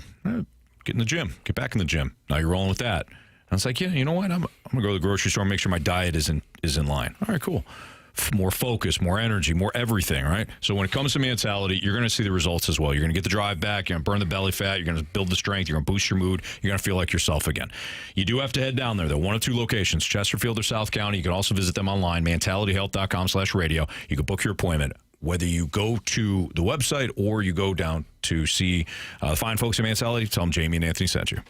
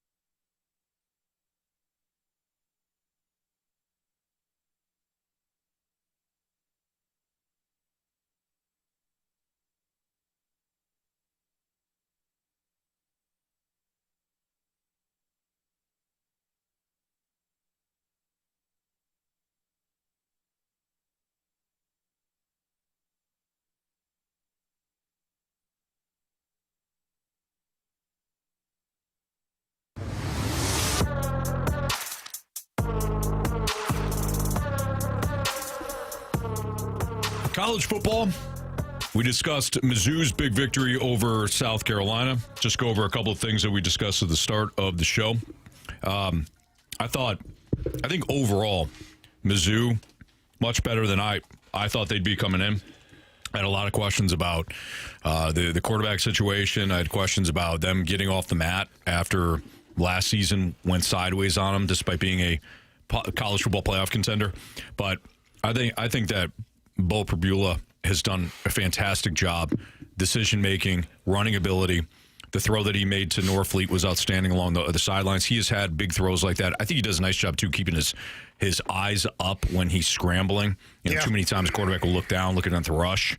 And that's not just college quarterbacks. That's pro quarterbacks. He does a good job of keeping his eyes up, constantly looking for that guy downfield that might come open. Do you think Pribula has shown more in these first 4 games than what we saw from Brady Cook? I do. And Brady Cook had a more well-rounded quarterback. I thought Brady Cook had a really nice career at Mizzou, but I think that this isn't about dogging on Brady Cook. Yeah, I think know Bo you're Pribula president is a of the better Brady Cook quarterback. fan club, but it's not about dogging on him. Yeah, I'm just giving Pribula his flowers here right now because our listeners know I was not celebrating after the first 2 weeks of beating basically opponents you should beat. Now he's looked really good. So, and I said I'd eat crow if they came out and beat South Carolina. I'm happy to eat crow because I want Mizzou to win, and Pribula looks fantastic. Yeah, he does. Obviously, the story of the game, though, was Ahmad Hardy, who was incredible. Why would you say that? Well, I think it was basically the way that he took over the game in the second half. The way he looked like Barry Sanders, basically? Yeah, basically. Yeah. Running people over or making them miss? Kind of like that. Yeah, Absolute beast. What a find from sophomore. Louisiana. Yeah. He was fantastic. Offensive line was great, too. I mean, they constantly got to the second level of South Carolina. They were great. Defensive line, I thought, was fantastic, too. Zion Young blew up a big running play early on in the game and then had a significant sack later. So O-line, D-line looks great. The coverage, and Eli Drinkowitz mentioned it in the post-game press conference, the coverage has got to get better. They benched a couple of players, so we'll see if they can kind of fix things before Alabama. Illinois got dismantled. We talked about it. They got dismantled. I mean, Indiana put on a clinic. I was talking about how they basically used every man beater outside. I didn't see a lot of mesh, like the crossing routes and stuff. They just, quick slant, curl flat, everything just to beat man. And Illinois paid for it. They had a couple of injuries in the secondary. It was a problem. Luke Altmaier was under siege all game. Illinois had a rough offensive line. The offensive line for Illinois was absolutely rough. But again, we spent a lot of time talking about those two teams. Let's get to some of the other storylines in week 4. Miami looks, I said this last week, Miami looks like a national title contender. And there were some times where the offense didn't look great against Florida, but Florida's got a good defense. But in the second half, and specifically the fourth quarter, when they needed to put the game away, they did. Miami defensively has looked fantastic. There are times where they've looked explosive offensively. I think Miami's back. And I don't think there's really any doubt about it. Now, Florida has obviously had a rough taken start. some steps back. Gator, I haven't seen Gator in the snake pit yet today. He knows. Have you seen him? I have not. Maybe he and Carey are hanging out today. They might. Yeah. Carey, Tanner, Gator. Gator. Texas Tech made a lot of changes in the offseason. So they had a lot of adds to their defensive line. Yeah, so one thing I watched this game, happened to be in Valley Center, Kansas. It's a neighboring city of Wichita. Wichita. Yeah, and that's what the natives call it. It is. I asked several people while I was there. Yeah, how do you pronounce this? They all say Wichita. They didn't, but they understood how it happened that you said that. I honestly did talk to some people about it. Yeah, because my daughter was with us, and she had a Wichita State. Not the one I had, on a different one. And so, anyways. Go Shockers. Yep. How about this Will Hammond kid for Texas Tech? I didn't see the beginning of the game, so I don't know what happened to Morton, if he just got pulled out of the game for whatever, if he kind of got hurt. I'm not sure. But my gosh, this Will Hammond kid is the real thing. He threw for 10.6 yards per attempt. He was unbelievable. Yep. And so that was the difference, because the first half was defense. Utah was solid on the defense. Texas Tech solid, 10-3 at halftime. And it looked like it was going to be just a low-scoring game. And then all of a sudden, they put the ball in Will Hammond's hands, and he went to work. passed for 169 yards on 13 of 16 passes. Yeah. 2 touchdowns, and he ran the ball for 61 yards. I was like, this kid's a problem. Texas Tech was one of those teams that in the offseason people are like, all right, well, they're adding to the. They hit the transfer portal hard. They were spending money. And they're like, well, if things come together, Texas Tech could be a team that everybody needs to pay attention to. And they were a dog at Utah, who was 3-0 too, and they handled the Utes. Well, apparently Morton got wrecked on a slide. He took a shoulder right in the head. He's got a neck injury, so bad for him. But for Texas Tech, they were able to uncover what they have in Will Hammond, who, playing against a 16-ranked Utah team, that's no joke, and he just dismantled them. All right, we'll spend some more time. We got plenty of time to talk more college football throughout the course of the show in the week. But we got to get to Justin Carbonneau. Blues youngster will join us next. We'll talk to him about how his camp's going and talk to him about maybe some career goals next on 101 ESPN.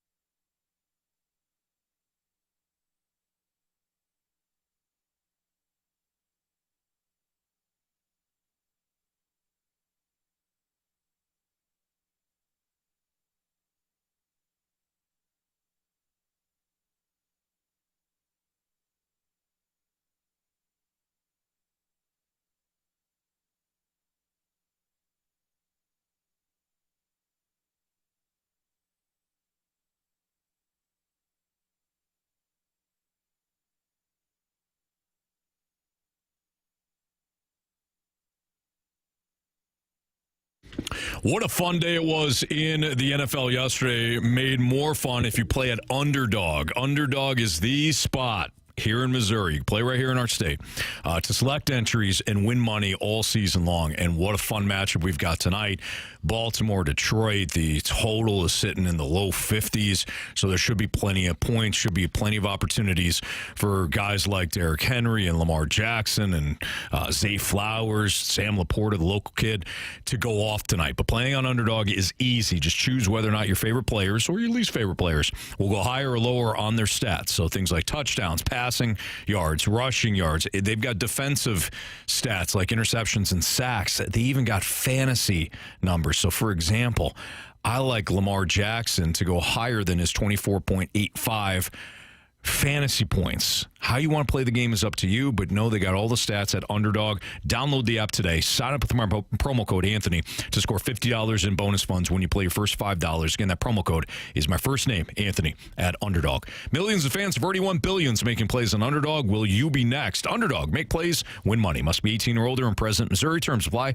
See assets.underdogfantasy.com/web/play and get terms _DFS_.html for details. Concerned with your play, call 1-800-GAMBLER or visit www.ncpgambling.org.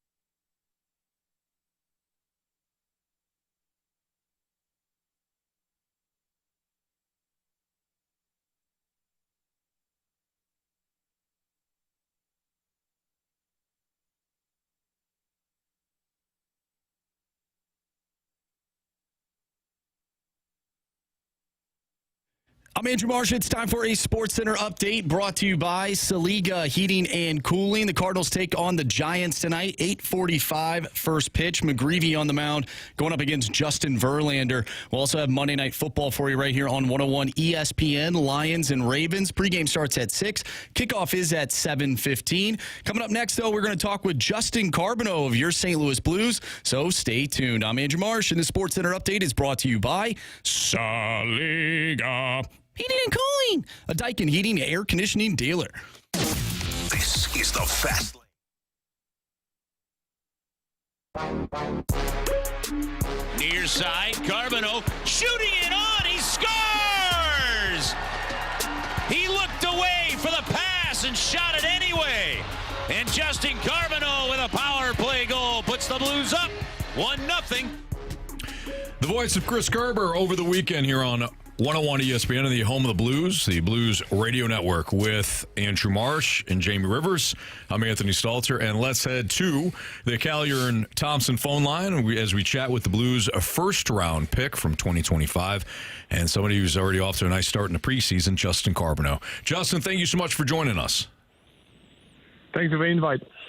Hey, Justin, I remember back in 1993, my very first training camp coming into St. Louis here, and we had some great players. Brett Hull obviously was the big name, but I remember feeling that I'd accomplished something, but I had more to do, obviously, yet. How were you feeling in your first NHL camp? One, just getting acclimated with the guys, getting to know your teammates and whatnot, and then also playing in your first couple games. Yeah, it's a couple of things to kind of learn, and kind of have to learn how the guys play, the system, the structure, and get to know all the players and all the staff too that you haven't met yet. So, no, there's a lot of things to kind of learn through camp, but right now it's going well, so I'll just keep it up. Yeah, it's going real well for you. You're making it look easy to play in the NHL right now, buddy. So, congrats on that. But what for you? What's been the big difference in whether it's systems or style of play from where you were in junior to now playing for Jim Montgomery and the way the Blues play their game? Yeah, the difference, I think it's, the game is going faster for sure, and you have to adjust. So, I think the first and second game, it's a bit of an adjustment, but, I'm here for that. And, guys are bigger, faster. So, you have to, it's getting me out of my comfort zone. So I love it. And, I think the Blues, and, it's all about, effort and details and, second, third effort, all that. So it's really about work ethic first before talent, because I think there's a lot of talent in the Blues right now. So, no, I think this is how they play, and I'm just trying to adjust myself to that. And, right now I think, I played 2 good games, but, it could be better. But, I'll keep building on those games. Justin Carbonneau joining us right now on the Fast Lane on 101 ESPN. Justin, a lot of Blues fans getting to know you. They love your game already. How would you describe your playing style in your own words, and what do you see as your primary strength and maybe an area that you want to surprise people with when it comes to your improving or development? Yeah, I'm known as an offensive player. I can score goals and all that, but I score goals, inside dots. It's not always the pretty goals that I score. A goal is a goal. So for me, sometimes when you're a goal scorer, people think that you shoot the puck well and that's it. But I can tip pucks, get through bodies, hits in front of the net. All that kind of stuff. So I think just my greedy part of my game, scoring goals, but also, making plays inside dots, hitting or, just taking a hit, all that kind of stuff, that greedy part of my game, I think it's something that I want to show to everyone. Yeah, so speaking of that, Justin, who are some of the guys that you have either been talking to, some of the veteran players on the team, talking to about, playing that style of game, or who are some of the guys you watch in practice and maybe pick up some tips from them? Yeah, well, first few days of camp, I got matched with Holloway and Braden Shan. So I think that both bring something different to the lineup and to the lane. But no, it's two Brayden Schenn, I think, first of all, is really smart in your zone, getting maybe a switch, some picks. He gets to the net, he's always on a good spot, his reloads, all that. So the detail game, I think there's a reason why he's captain, he does everything right. So I watch him play, it's great. Even Holloway, I think his offensive game, his speed, his reads that he makes in the D zone and offensive zone to kind of explode and get a chance. I think both guys helped me understand how to have success in the NHL. So I'm just grateful that I got a couple of advice from these two guys. Last night, or yesterday rather, in Columbus, you had the opportunity to play on a line with Milan Lucic. And I know that when I first came in the league, we had a guy on our team called Tony Twist. You may not know him, but you can YouTube him and find out what he was all about. He told me, very first game I played, he says, you've got diplomatic immunity. Run around and do whatever you want because I'm on your line. Did you feel like you could play a little bit bigger with Milan Lucic on the other side last night? A little bit. When I saw him with no visor, I was like, yeah, that's a legend. But no, it was just great to play with him. He's a big guy. He's a big body. He takes some space on the ice. So no, I kind of felt it a bit. But it was great to play with a legend like that. We're talking to Justin Carbonneau here in the Fast Lane on 101 ESPN. What are some short-term goals that you have maybe for this camp or this season? And then, long-term vision, 3 to 5 years. I know you're probably just trying to take it one game at a time, but when it comes to your short and long-term goals, where do you see yourself? Yeah, for me, it's all about taking it every single day. During camp, it's really important to kind of go day to day because you never know what's going to happen, with the lineup, with the if you're going to play or whatever. So it's tough to kind of have to read, in the future. So I try to take it every single day at a time. I have nothing to lose, so I'm going through camps with that mindset of showing everything that I can, practice as hard as I can, and trying to show my qualities and show that I can play 200 feet and all that. So, no, it's just every day show up and do your best, and don't think about what can happen tomorrow. Justin, how have your interactions been with Jim Montgomery? Because Monty, well known as a player's coach, but also very demanding. When he talks about details, he expects the players to play a certain way, but he's also a very player-friendly coach as well. How have your interactions with Jim Montgomery been for you so far? Yeah, he's great. He gets I think the best out of the players. I played 2 games. With him, and even in practice, he gave me a couple of advice, and it was detailed advice, and I appreciate that because I know that my goal is to have a 200 feet game. Yes, being an offensive player, but also getting a trust from my teammates and my coaches in the D zone and in every zone, let's say. So that's what I want to prove here at camp. So he gave me a couple of advice.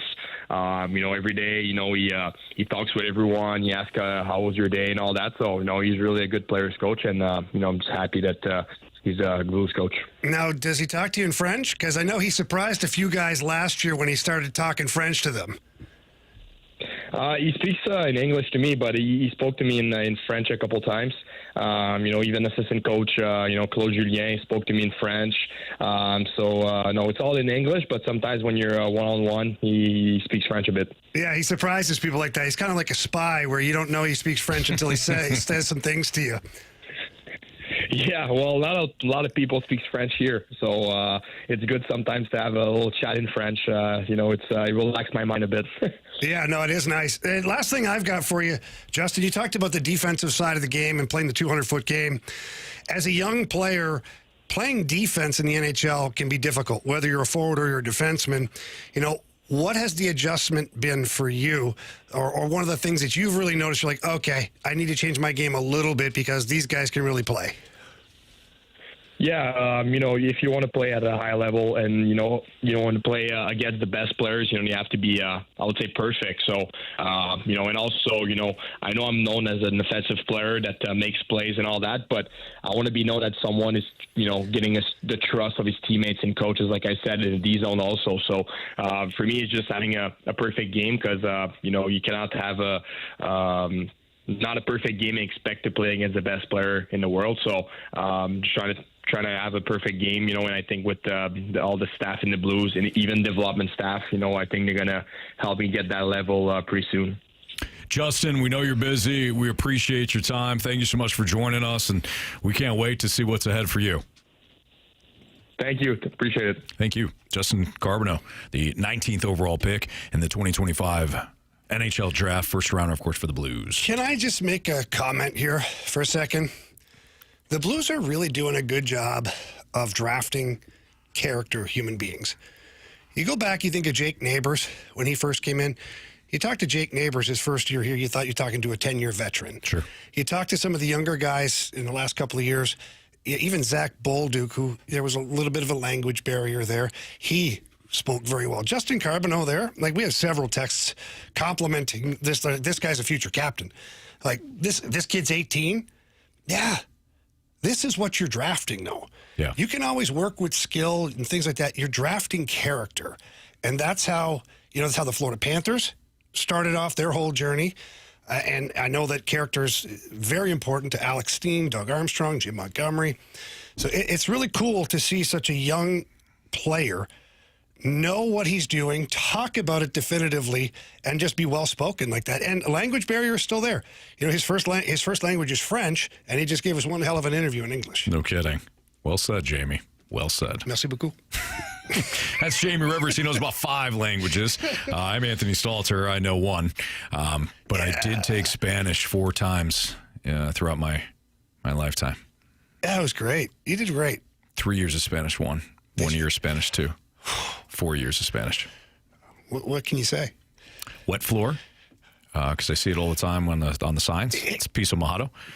And un sacapuntas, which is the pencil sharpener. Sounds like a dirty word, but it's not. It's a pencil sharpener. That's all you know is the pencil sharpener. Pretty much. Okay. El baño. Bathroom. El niño. El niño. What's the little boy? El diablo. Yeah, we know that one. How about El Bandito? Oh, baby. That's Jamie Rivers. I'm Anthony Stalter. Our guy Andrew Marsh has what's trending next on 101 ESPN.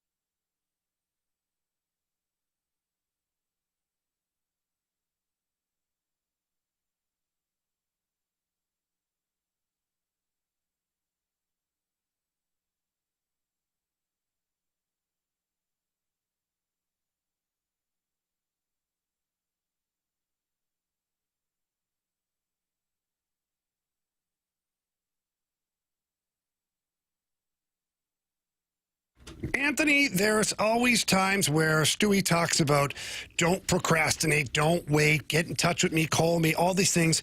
And you think, it's just Stewie because Stewie loves doing business with everybody. But he's not wrong. And we got Stewie on the line right now. And Stewie, I've heard a nasty rumor that the window of opportunity is closing. What do you got for us? Jamie, we talked about this before. The Federal Reserve went ahead and cut the interest rate to 0.25%. That's a Fed funds rate. It is not mortgage rates. Comments that they made were not dovish to the interest rate environment. That means the interest rates are starting to show signs of climbing. This is an opportunity now to grab them at these levels, get them now, even though the interest rates may be cut in 30 days or 60 days 2 more times. The Federal Reserve has given an indication that it may not continue on a long-term basis. So the rates you see now are factoring in those cuts. If you wait and they make more comments that are adversarial to rates, they're going to continue to go back up. So grab the rate now, refinance now. It's free with the bagel loan. If rates go down later, you can always refinance because guys How much does it cost you to refinance with me? Zero. That's right. So grab the opportunity, get the lower rate, say $400 or $500, or reduce your term for free. Save the money, and if it goes down later, we'll do it again. There you have it right there. He just laid it out for you. He's Stewie from Stewart's American Mortgage Corporation, and you can call or text him on his personal cell phone number, 314-324-4440. Again, 314-324-4440. Call, text, day, night, doesn't matter. Stewie's ready for you. And if you miss that number, you can always Google the bagel loan. Stewie, keep up the great work. Thank you. Have a good night, guys. NMLS number 226715.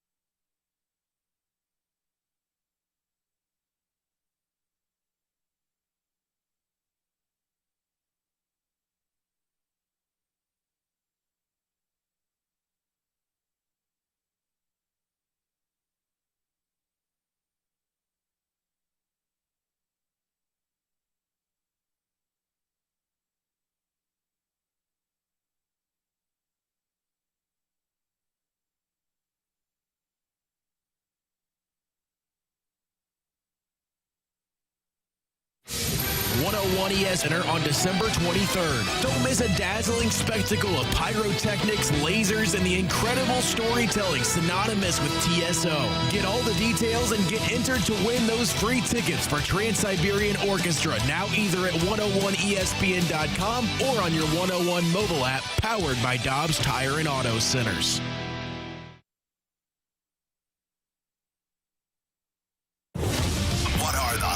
Topics in the sports world. What in the wide world of sports is going on here? It's time to find out with What's Trending, brought to you by Elite Comfort Experts. Heating and cooling with no gimmicks, just guarantees. EliteComfortExperts.com.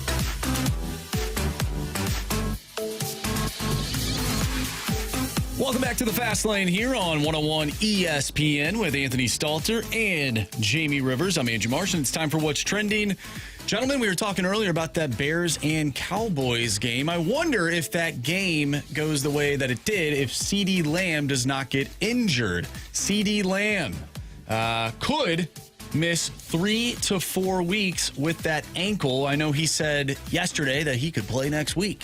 Well, Stephen Jones, we know Stephen Jones, was speaking on 105.3 The Fan in Dallas.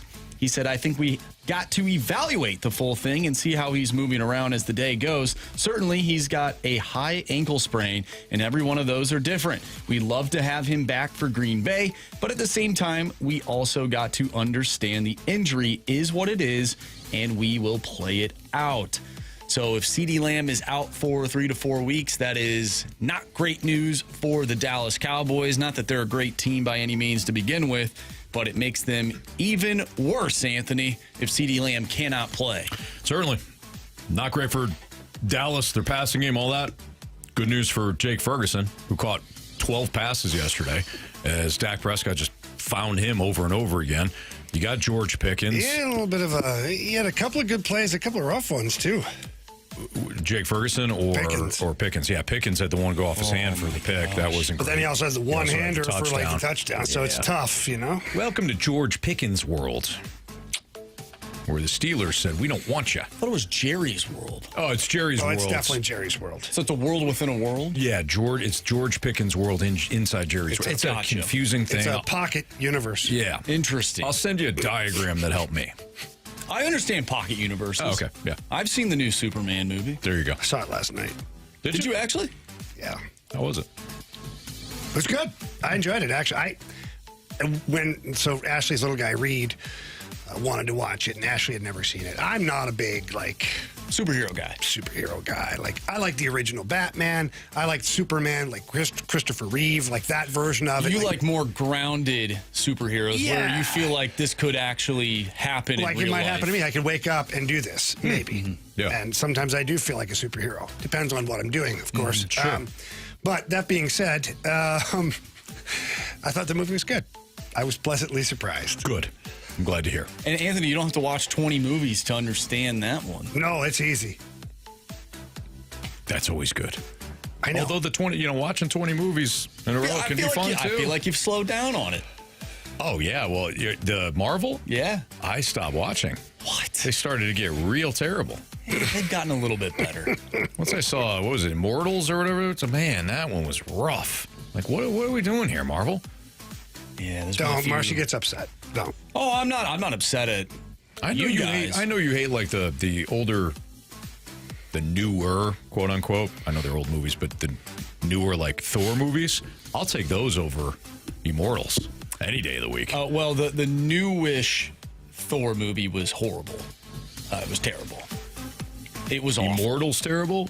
Well, it's just they're both bad. Okay. Right. They're both bad. Either way, Marvel started to get real bad. Well, it's gotten a little bit better. The last two movies, I would say, have gotten better. Oh, well, good. I'm happy to hear that. Yeah. And maybe I'll go back at some point. Maybe. We'll see. All right. All right, moving on. Bruce Pearl, I thought you were going to say Bruce Banner. No, not Bruce Banner. Not the I Hulk, wish you would have, actually, no. Just keep with the theme. Keep going. Yeah. Bruce Pearl of Auburn. The Auburn Tigers. That's right. He is calling it a career. How about that? In Tennessee. And Yeah. his son's going to take over, I guess. Yeah, Bruce Pearl, very nice career. Certainly somebody that has, he's had some. He's kind of a fun guy to root on and a fun guy to hate, depending on what team it is. But nice career for him. 2 NCAA Division I regional Final Four appearances, 2019 and 2025. He's coached for a long time. 706. He's got a 706 wins to 268, 725 win percentage for him. 21-13 in the NCAA tournament and 1-1 in the NIT. 4-time SEC Coach of the Year. So, congratulations, Bruce Pearl, on a fantastic career. By the way, it's Eternals. Not Eternals. That's what I was wrong. I'm like, it just doesn't sound right. I was letting you go with it. You know what? You let him drown. That's why I looked at you. You didn't even throw him a life jacket. Well, there's, I even asked. I said, is it Immortals? Am I saying that right?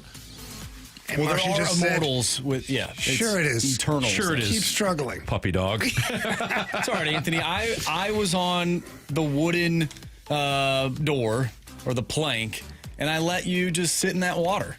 You did. In that freezing Which is cold kind of water. surprising, Marshy, because I expect more from you. Yeah. Either way. It all worked out, didn't it? You know what? Listen, Marsh, if it was a better movie. Their story made like $1 billion. If it was a better movie, I'd remember the title. That's a really all I'm saying. good point. You know what I mean? Yeah. That's a great point, Anthony. Yeah. Wow. I know Jurassic Park. Yeah. Hell, I know all of them. You do. Jurassic Park 1, Jurassic Park 2, Jurassic Park 3, Jurassic Worlds. Well, the second one's actually the Lost World. Come on, Anthony. I thought you knew it. It's still Jurassic Park 2, though. Thank you. No, it's actually, I mean, it is, but it's Jurassic Park 2, Lost World. The Lost Worlds. If we're in a court of law, I'd say, is it the second Jurassic Park movie? In the franchise, yes. Yes. So therefore, it's Jurassic Park 2. Does it have another title after that? Yeah, a little something more identifying, but it is Jurassic Park 2. Thank you, Judge. Thank you. You're welcome. No further questions, Your Honor. I wonder if there'll be any Jurassic Park questions in the Gauntlet. Oh, wow. Well, let's get to it. Gauntlet next on 101 ESPN.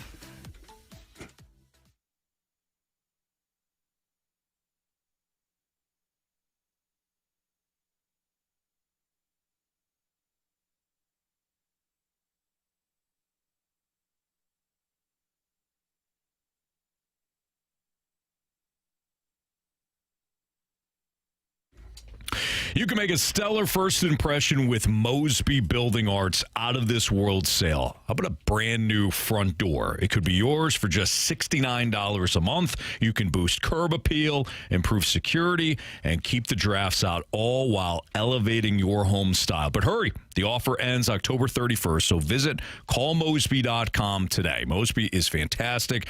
We worked with them for some back doors that actually was causing an issue in the basement. They took care of everything for us. They were the only company that realized what the actual problem was. They treated our home when they did start the project like it was their own. They constantly checked in to make sure that we understood what was going on. They're fantastic. How about a new bathroom? If you don't need a front door, you want looking at a bigger project. If your bathroom is ready for a liftoff, Mosby Building Arts, that are out of this world sale that I just noted that ends October 31st. Bathrooms start at just $279 a month. You can upgrade to a modern look, water-saving fixtures, add storage, even create a spa-like retreat that boosts your home's value and your daily comfort. Same sale ends October 31st. So again, visit callmosby.com today. You can book your appointment there, but when you call, tell them Stalter sent you. It's Mosby Building Arts, the right remodeling company.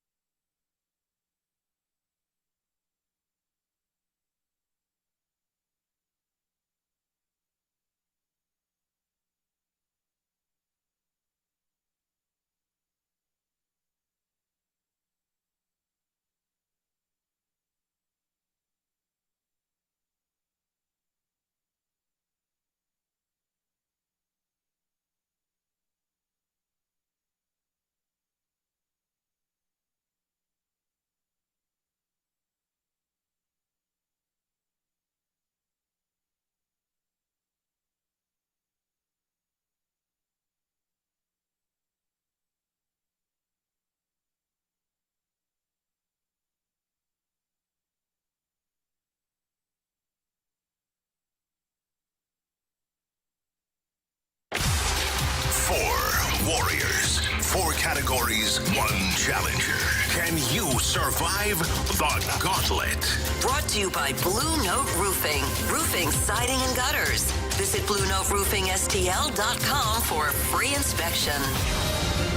402, your time check is brought to you by Clarkson Jewelers, an officially licensed Rolex jeweler with Andrew Marsh and Jamie Rivers and Anthony Stalter. We hope that Carey will be back tomorrow here in the Fast Lane. We welcome in. Tears were dried up. Oh, no. The Steelers won at least. True. Barely. Clayton. Clayton is now joining us here in the Gauntlet. What's up, Clayton? Not much. How's it going? We're doing great, man. Appreciate you joining us. Thanks for listening. Would you like for round 1 to take on Marsh, Jamie, or me? I'll take on you, Stalter. Okay. Wow, he was very sure about that. Yeah. Were you just excited, or is this a revenge match? You just don't like me? What's going on? Well, first time calling, and I saw you at the brewery the other night. I was the tall guy. Oh, yeah. I met your dad, too. Yep. So Clayton, big fan of the show, big blues fan. His dad was there as well. Very nice people. Awesome. I don't know why he's coming after me now, but very nice. Well, he obviously didn't think much of you. No, very true. And Clayton left us a mic drop, too, for our Cardinals question. He does. Clayton noted that he'll be. He say, see you at the mic drops. I go, absolutely. I didn't know he'd be coming after me in the Gauntlet. Wow. All right, Clayton. Good luck. Thank you. All right, Clayton, my guy Anthony's going to head off to the Cone of Silence.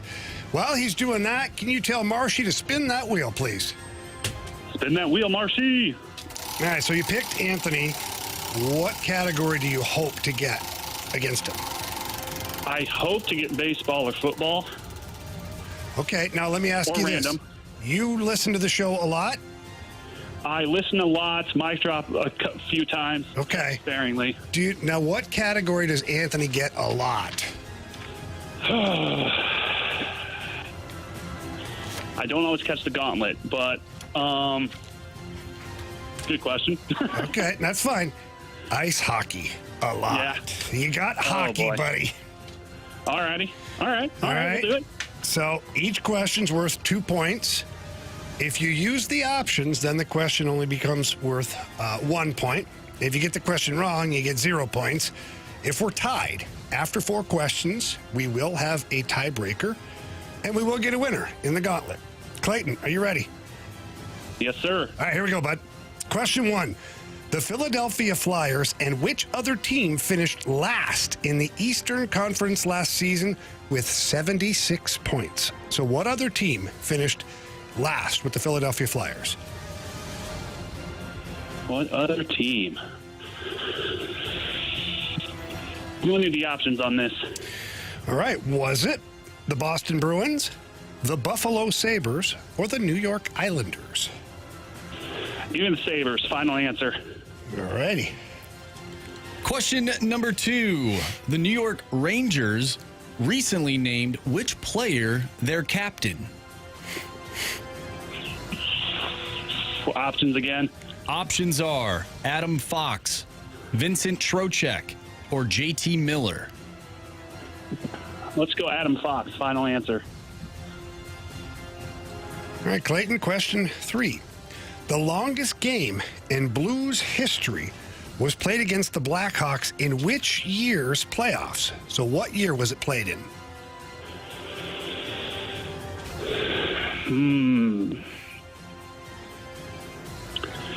I remember seeing a highlight of this game. I don't remember the year, though.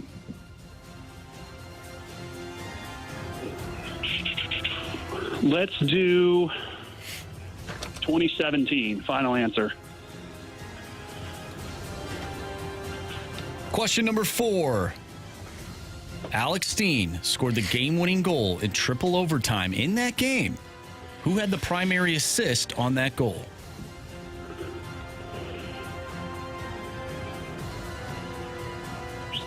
Primary assist. I'm going to go with Vladimir Tarasenko. Final answer. All right, Clayton, we're going to get Anthony Stalter back in here. While he's walking in, how you feeling, buddy? Not great. Hockey is the one I wasn't wanting. That's kind of how it works, though, right? Yeah, that says the wheel knows. It's evil, man, I'm telling you. It is. I believe it. All right, our guy Anthony's plugging his ears back in here. Anthony, how's it going to sound? Bradford and I were talking about how good Mizzou looks right now. Yeah, Bradford, big Mizzou fan. Yes. Big Mizzou fan. As he should be. Your category today, hockey. I do like some hockey. You have been good, very good at hockey. Didn't I suffer my first loss in hockey recently? Oh, I know Jamie did. I did. Oh, but didn't I too, I think? Well, why don't we take a look at the standings, Anthony? Anthony, you have 1 loss on the year in hockey. You're 13-1. Ooh, boy. Oh, boy. Well, you better pack a lunch. Okay. All right. Will do. Okay, question 1. The Philadelphia Flyers and which other team finished last in the Eastern Conference last season with 76 points? Had to be the Bruins. They're terrible. Good thing they got rid of their coach for our sake. Bruins are the first team off the top of the old noggin, so Jamie always says take first your gut. Yeah. Show me Boston Bruins. Final answer. Question. Oddly enough, I don't always listen to my own advice, hence the gauntlet that I lost. But you knew. You knew. Made it worse. Question number 2, Anthony. The New York Rangers recently named which player their captain? I don't much no. Options, please. Options are Adam Fox, Vincent Trocheck, or JT Miller.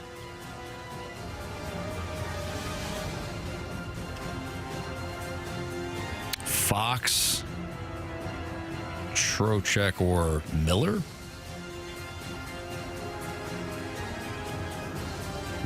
Were you talking about this the other day? I was. And how odd it was. No. I think it's JT Miller. JT Miller, final answer. Question. Let's see if my brain fails me there. Question 3. Because it often does. The longest game in Blues history was played against the Chicago Blackhawks. What year was that? Jay, that's a great question. I was just telling Marsh about this the other day. Yeah. Yep. But unfortunately, I do need the options. Sure. That's what I thought as I wrote it down. 2012, 2013, or 2014? 2012, 2013, or 2014? Yes. Oh, it was easily 2013. Final answer. 20 what? 13. Okay. Yeah. Mm-hmm. Question number 4. Alex Steen scored the game-winning goal in triple overtime in that game. Who had the primary assist on that goal? Well, Marshall was telling you about that as well. Yeah, absolutely. Yeah. Options. Was it TJ Oshie, Steve Ott, or David Backus? I'm going with the outlier. Give me Steve Ott. Final answer. Why I see the outlier? Because the other two, you would What? you No, would go ahead. think Tell me what? would be more involved in a scoring play. I don't like that. More of the obvious answers. What are you saying about Otter? Otter's awesome. Obviously not. He'll jack you up. What? He'll jack you up. On the face-off dot. He'll get in your skin. Or under your skin. All right. Or over your skin. Okay, let's go over the Why don't we answers here. Okay. All right, question number 3. The longest game in Blues history was played against the Blackhawks. In which year's playoffs? Without the options, Clayton said 2017. With the options, Anthony said 2013. Answer is? Oh, it's 2014. 2014. Dang. Okay, let's go with question 4. Alex Steen scored the game-winning goal in triple overtime in that game. Who had the primary assist on that goal? Clayton said Vladimir Tarasenko. Anthony went with the outlier, the not good player, he said. I did not say that. I didn't say that one bit. It's kind of what you said. I didn't say that one bit. It was implied. It was not implied. Heavily implied, by the way, because the other two are goal scorers. They're good. Yeah. What? Stop it. Wow. So they'd be more involved in an offensive play. Yeah, there you go. You would think of them first. Mm-hmm. Well, Steve Ott is who you picked. Yeah. Answer is. Yeah, it's Steve Ott. It's Steve Ott. Nice. 1-0. Anthony after 2. Question 2. The New York Rangers recently named which player their captain? Clayton, with the option, said Adam Fox, former Norris Trophy winning defenseman. Been there Could be. a long time. Anthony said JT Miller with the options. Marshy, answer is? Well, it's a good thing Anthony paid attention. It is JT Miller. JT Miller. I know I'm crazy, but am I crazy for thinking that you just brought that up?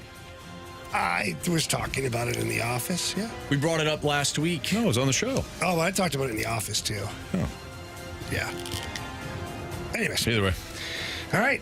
Question 1. The Philadelphia Flyers and which other team finished last in the Eastern Conference last season with 76 points? Clayton said the Buffalo Sabres. Another good option. Anthony said the Boston Bruins. Got to be the Bruins. You know, they fired their coach. They're so bad. And then we hired him and made the playoffs. Buffalo's terrible, too, though. Buffalo's missed the playoffs for an exorbitant amount of time. Real Atlanta Falcon hockey team there. Yep. Answer is? It's the Boston Bruins. It is Clayton. You have chosen poorly. You lose. Not today. Anthony got you 4-0 today, Clayton. You were pretty honest about it. You said hockey is not my thing, and unfortunately, you proved yourself right. Sorry, Clayton. No worries. I'm just more of a recent-ish Blues fan since 2017, so the hockey knowledge ain't there. Hey, not yet. And Not yet. We're getting there. And Get around, Anthony. You know what? Same to you, Clayton. And appreciate you guys coming out to the event on Friday. It was a pleasure to meet you and your dad. And go Blues. Go Blues. All right. All right. Take care, Clayton. You guys too. Bye. Thank you. Huge fan of the show. Incredibly nice. Leaves mic drops, all that stuff. Yeah, speaking of which, Clayton did leave us a mic drop, so we're going to hear it next. So, Jamie, you teased what earlier today? Just, are you happy that this era is over for Cardinals baseball? Meaning, Arenado possibly gone. Looks that way. John Mozeliak definitely gone. Chaim Bloom, like the unknown lies ahead. So are you happy, even though you don't know what the future holds? Kind of a lay down on the couch and tell us your feelings. Yeah. Well, let's find out what feelings were unearthed via the mic drop feature. That's next on 101 ESPN.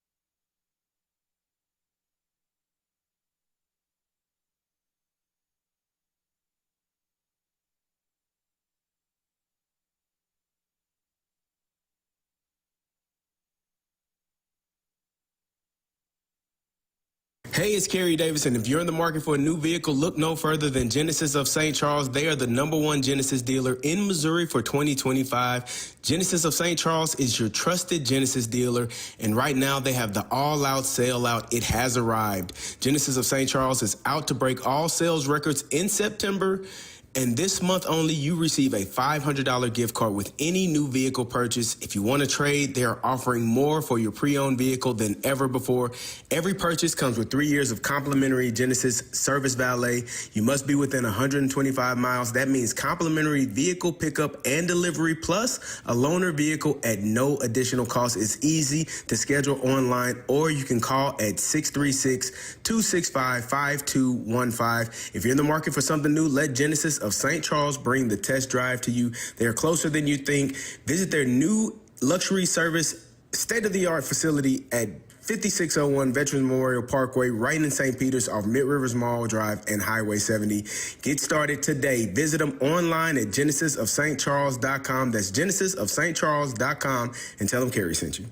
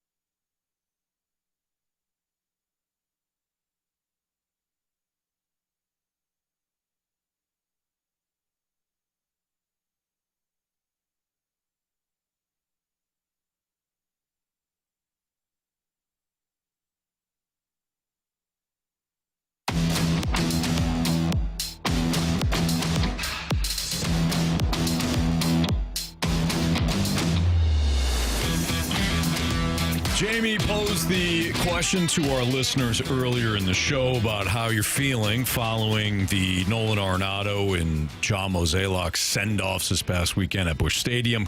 An end of an era and a start of a new one. A lot of uncertainty, but are you feeling optimistic? Are you in wait-and-see mode?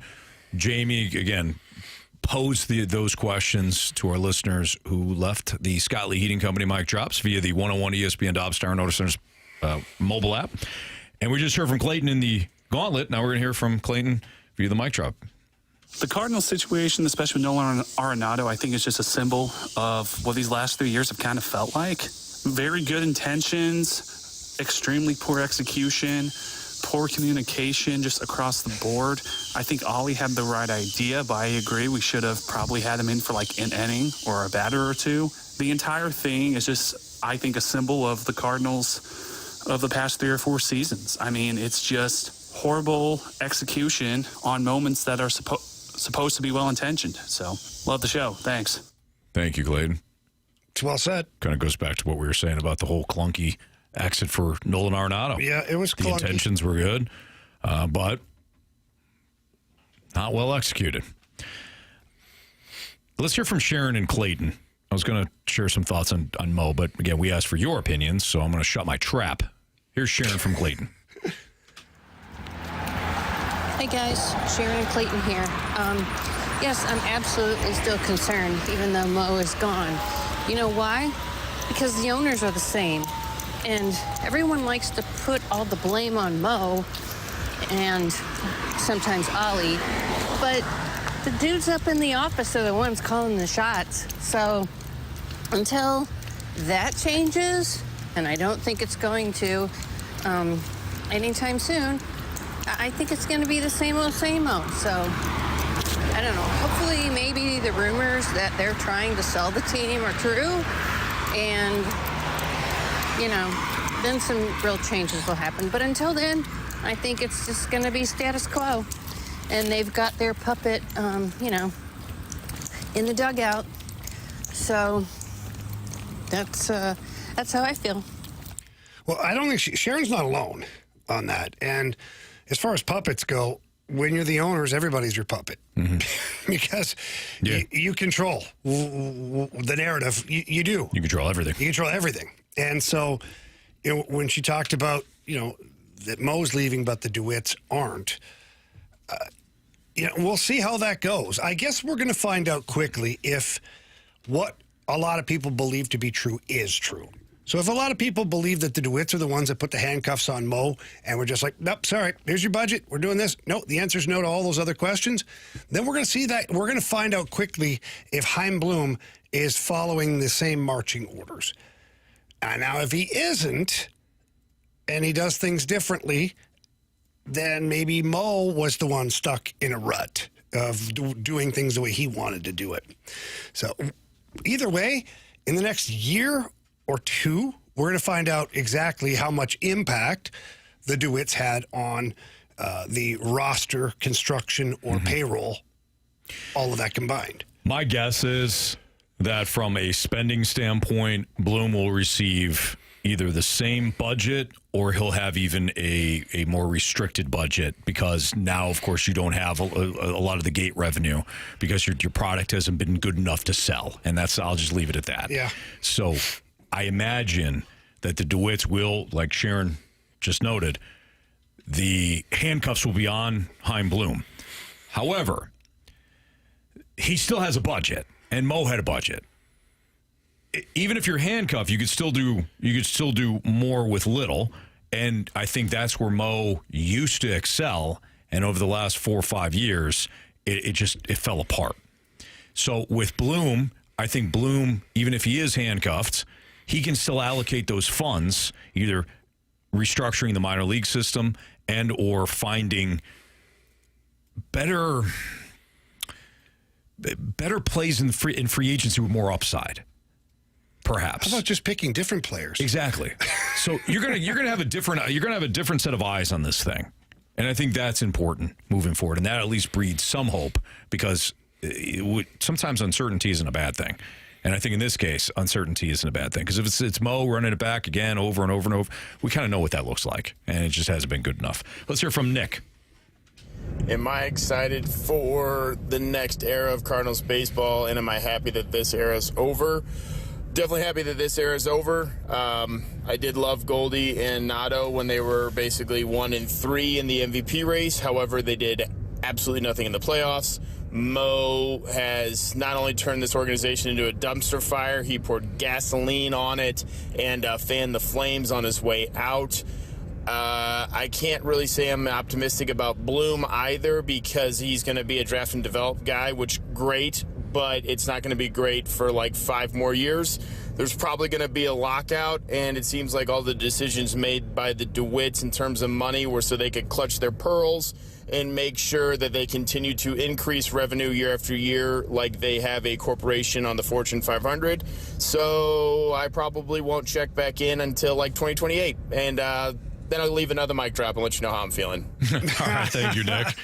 Appreciate the dedication there, the long-term dedication. Chili Dog Water says in the Snake Pit, can't blame ownership for bad contracts. Look at the Rays, Guardians, Brewers, same or less payroll, and they can figure it out. That to me was always the but when it came to Mo and not having a large budget. Like, you can't blame him for not spending money he didn't have to spend. However, if you do look at some of the more small market teams and the way they operate, specifically the Brewers in your own damn backyard, at least in the NL Central, they had figured it out, huh? So, well, there's a lot of teams that figured it out. Now, they don't necessarily execute the model that I think Cardinals fans would want. I don't think anybody should. Never mind. Go ahead. Yeah, I agree. Yeah. I agree. Because, like the Tampa Bay Rays, they have been competitive for a number of years now, yet they don't hang on to anybody. Right. And the only guy that they did sign long-term, well, that didn't work out very good. No, sir, it did not. not. It won't work out very good for the rest of that period of time. But neither here nor there. So it's not just the Brewers. There's teams around the league that are doing it the right way.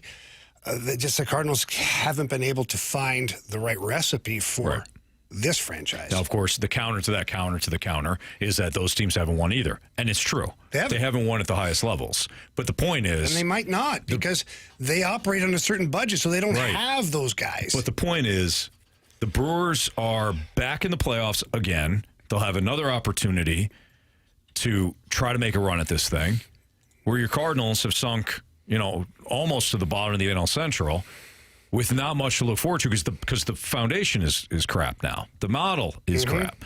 All right, we'll wrap things up. Another Nick G. Hey, Jamie.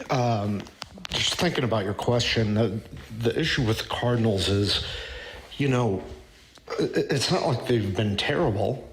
They may win 80 games this year. The problem is, for the last 6-ish years, they're so damn boring. That's their problem. There's nothing. Mason Wynn is the closest thing they have to actual entertainment. There's just nothing fun about this team. That's the issue. Yeah, I don't disagree with that, because even Arenado and Goldie, as good as they were at times and really overall, they weren't exciting personalities. They're great at what they were doing. Obviously, you got a Gold Glove first baseman, Gold Glove third baseman, first and third in the MVP voting a couple years ago. Like, they were doing their job, but you never felt it wasn't like Albert Pujols. Like, with Albert Pujols, it was different. When he came up to the plate, you're like, that's Albert Pujols. When Goldie came up, you're like, it's Paul Goldschmidt. All right. Pretty good player. I'm going to lock in on this at bat. Yeah, he's a pretty good player. Yeah. But, you've got the Kyle Schwarbers. You got players that are electric around Major League Baseball. And Kyle Schwarber, he's a swing and miss guy. Like, he's hitting the ball a lot this year, but it's not like he's a Hall of Famer, but he's exciting. You want to watch his at-bats. So I get it. The Cardinals have been somewhat boring. Now, I will push back and say that Mason Wynn, I find him to be an exciting player. I think Victor Scott is exciting in center field. I enjoy both of those guys. I think Herrera as a batter is something to be excited about. Give it a couple years, and hopefully those three guys can't miss baseball when you look at the team. Sure. Yeah, I agree. All right, it's Fastlane on 101 ESPN. Air Comfort Service text line is 314-399-9646. If you have a question for us, send it in. We'll have part one of the Sports Six Pack next.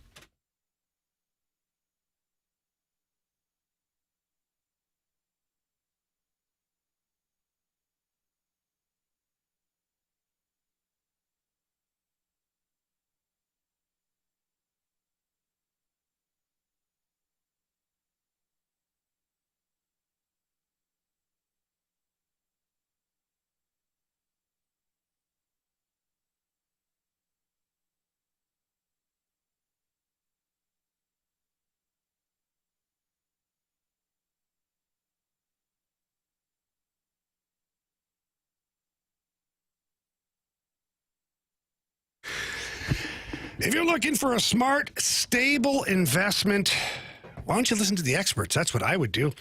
You got Warren Buffett, you got the Jags owner, Shad Khan.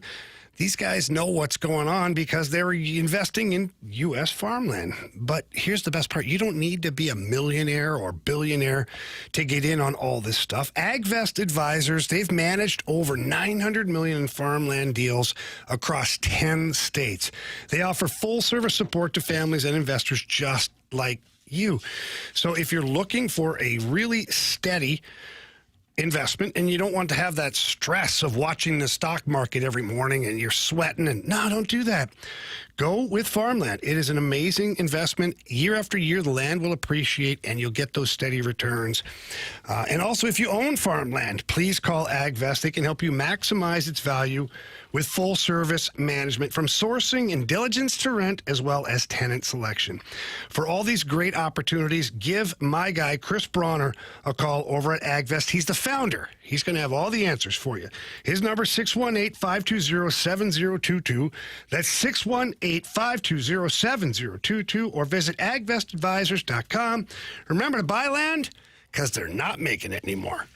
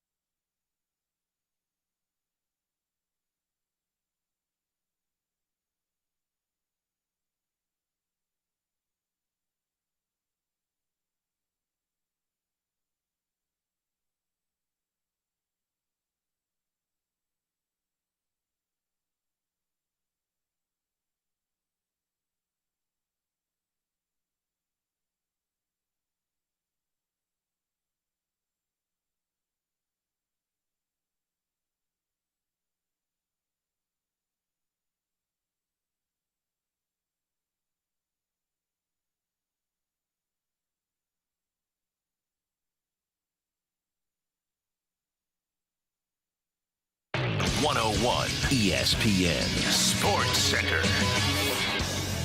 I'm Andrew Marsh. It's time for a Sports Center update driven by Johnny Londoff Chevrolet and Johnny Londoff Autoplex. Earlier today, we talked with Blues forward Justin Carbonneau. He was the 19th overall pick in the 2025 NHL entry draft. We talked with him about the preseason as the Blues lost to the Dallas Stars over the weekend 2-1 in a shootout, as well as the Columbus Blue Jackets. The Blues fell 4-1 in that game. If you missed that conversation, make sure you go to 101ESPN.com or check out the free Dobbs Tire and Auto Center's 101 ESPN mobile app. Just head to the podcast page and you'll find all of our interviews and all of our shows. And it's all brought to you by the Schaefer Door Company. The Cardinals take on the Giants tonight with Michael McGreevy on the mound. He'll face off against Justin Verlander. First pitch is at 8:45. And tonight on 101 ESPN, you can listen to Monday Night Football as the Lions take on the Ravens. Pregame starts at 6. Kickoff is at 7:15. Coming up next, we have our Sports Six-Pack, so get your questions in to the Air Comfort Service text line, 314-399-9646. The Six-Pack is next. I'm Andrew Marsh, and this Sports Center update is driven by Johnny Londoff Chevrolet and Johnny Londoff Autoplex. See them at Londoff.com. Chevy, together we drive. Are you kidding me?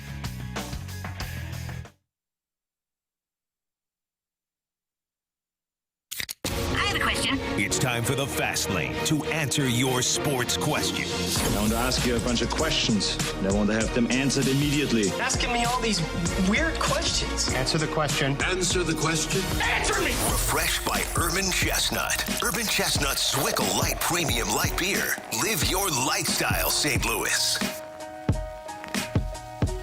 Time for part one of the Sports Six-Pack right now. It's the Fast Line on 101 ESPN. Air Comfort Service tax line is 314-399-9646. With Jamie Rivers, I'm Anthony Stalter. Here's Andrew Marsh with question one. Question number one. All right, to play off our last segment, talking about the Cardinals, we get a question from the 618. If you're Chaim Bloom, what would your offseason look like? Who's getting traded? What acquisitions make sense to you at minimum to keep this team afloat next year? Well, I'm looking for a home for Nolan Arenado. First, I'm going to sit down with the player and not strong arm him by any means. I think at this point, Nolan Arenado is going to be open to a trade. Maybe not to any team in the league, but I guarantee his list is bigger than 4 teams now at this point. And I just sit down with him and say, hey, look, man, you got 2 years left on your deal. I'd like to send you somewhere that you'd like to be. First and foremost, so give me your top 3 places you'd like to go. I'll be open and honest with you and your agent about what they're saying and what the process is. And if I can't do that, I'll tell you the teams that have responded that do want you, and we'll go over that list and see what that looks like. You want to end the relationship with class, especially with your Chaim Bloom coming in on the tail end of it, and you now have been given the responsibility of moving on from Nolan Arenado. I think you want to do that with class. Then I'm putting feelers out there. Gorman, Nootbaar for sure. Walker, getting them out on the line, see what teams would be willing to offer up. And my sole vision is pitching. Pitching. That's what I'm looking for. I don't need another outfielder. I don't need another infielder / outfielder. I certainly don't need another catcher at this point. So I'm looking for pitching. Why would you reject a catcher? Yeah, 4 of them on the roster now. 4. Do you? Well, they started out. You have parts. Well, you have parts of catchers. Herrera's going back to catching. We get into that too. So we're told. Yep. Yeah. Mm-hmm. So that would be what I would do. I guess my first 2 things: order of business. I don't. Yeah. Ooh, you're gonna have to see multiple young players take big steps in their development if you're gonna do anything for next year. As far as like moves are concerned, Jamie nailed the first one. It's either moving on from Arenado from a trade standpoint or dumping the contract. Mm-hmm. Either way, you get the impression that was his swan song over the weekend. Like that was the hello, thank you One would very certainly much. think so. You would think so. The other thing I'm doing, and I've mentioned this before, I would find starting pitchers that either had a rough season last year, but has a good track record, hit free agency at the wrong time, injured a year ago, but again, has some gas left in the tank, wants to rehab his career with a pillow deal. 1 year, 10, 15 million, something like that. 10 million, preferably, with an option for a second year.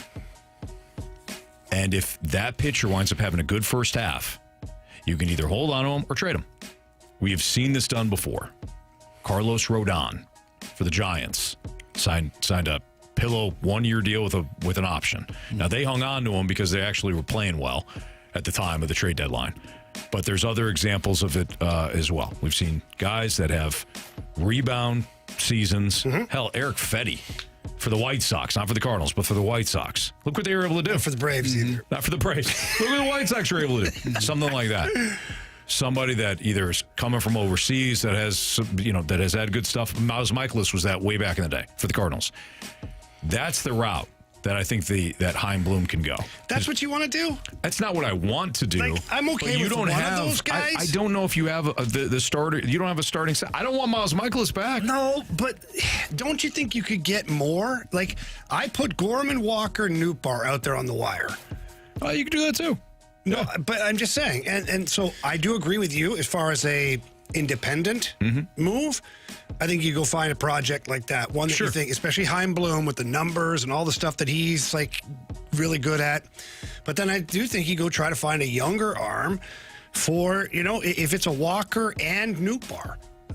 But you're getting, what Logan Gilbert was a couple of years ago. Sure. Like, you know what I'm saying? Like that type of. No, I love that. Yeah. Can you get that type of arm for I don't know. what those players you might thrown out there in their career? Yeah, I don't if there's know. if there's a team that is, Seattle has been that team that's so desperate for offense. I don't know if they would take Newt on, but a team like that that's so desperate for offense that has a good stable of pitching. Yeah. We're just one Nootbaar away from winning it all. Like, find the person that's so drunk that's saying that right now to his assistant, and then trade Nootbaar to him for pitching. Do you think Jordan Walker's on this team next year? Oh, yeah. Really? Yeah. You think Chaim Bloom is married to Jordan Walker? He's not. I don't think he's married to any of these married players. to anybody for that. But you don't trade a player. Walker's a little young for that. Unless somebody wants to lose the trade. I'm just wondering if he takes over and is like, I'd rather just move on than try and deal with whatever this is. But you don't want to move on for nothing, right? So absolutely. Yeah, you want to get something back for sure. Marshy, I don't like you giving up right now. I don't like you giving up.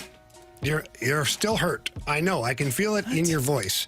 Jamie, you tried to trade him earlier a couple months ago. Who, Walker? You did. Yeah, but I've always been on the same thing. You're hurting. I said I'd trade him too. You just said you'd give him away.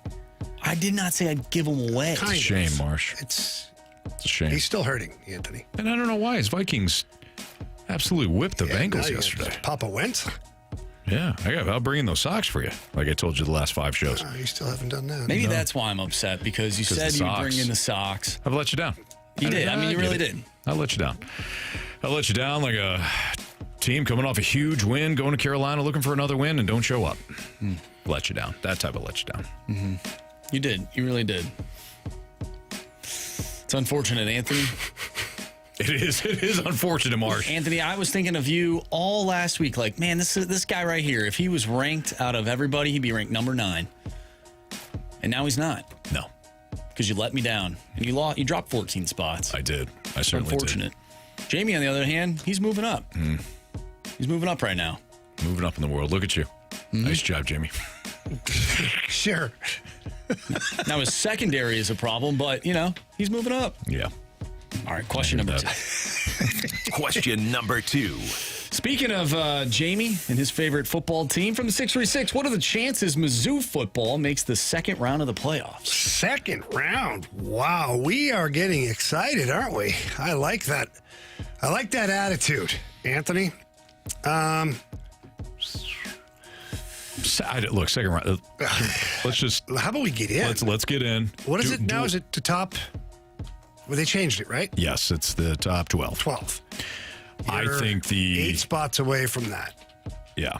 Let's just get into the playoff and. Yeah, because they got a tough road here. They got good teams to play still. Now they've played very well. Don't get me wrong. Mizzou either winning in the trenches. They got excellent quarterback play. They can run the ball at will. They've got the elements. So, can you beat Alabama in a couple of weeks? Then you got some big tests. At Vanderbilt. Vanderbilt came to Columbia last year and gave you a game. Vanderbilt's playing pretty well this year. And Vanderbilt's all about the big play with Diego Pavia. So Vanderbilt could be tough. Oklahoma has become tougher than we thought at the start of the year. I think John Mateers, he's like the X factor. He's also playing a lot of hero ball, so we'll see if he can continue that. But Oklahoma is a tougher test. Texas A&M is going to be a real stiff test. They've got some major playmakers, and Mizzou has struggled thus far defending the big play. So I think they are a playoff team. I don't think we need to be talking about second round and all that stuff. Let's get in. And I think they can. We'll continue our Sports Six-Pack next. Air Comfort Service tax lines 314-399-9646. Part 2 is next in the Fast Lane.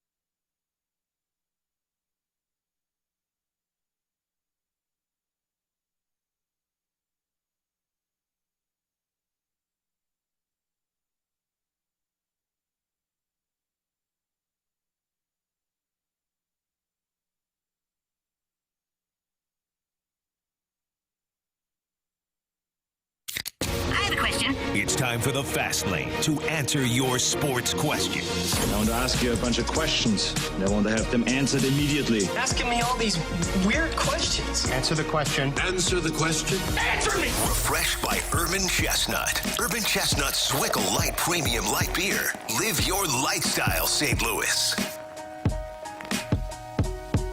Time for part 2 of the Sports Six Pack here in the Fast Lane on 101 ESPN with Jamie Rivers. I'm Anthony Stalter, and here is Andrew Marsh. Question number 3. From the 636, which team has surprised you the most so far in the NFL, good or bad? Oh, it's got to be the Colts. Yes. I mean, I was like, yep, the Colts.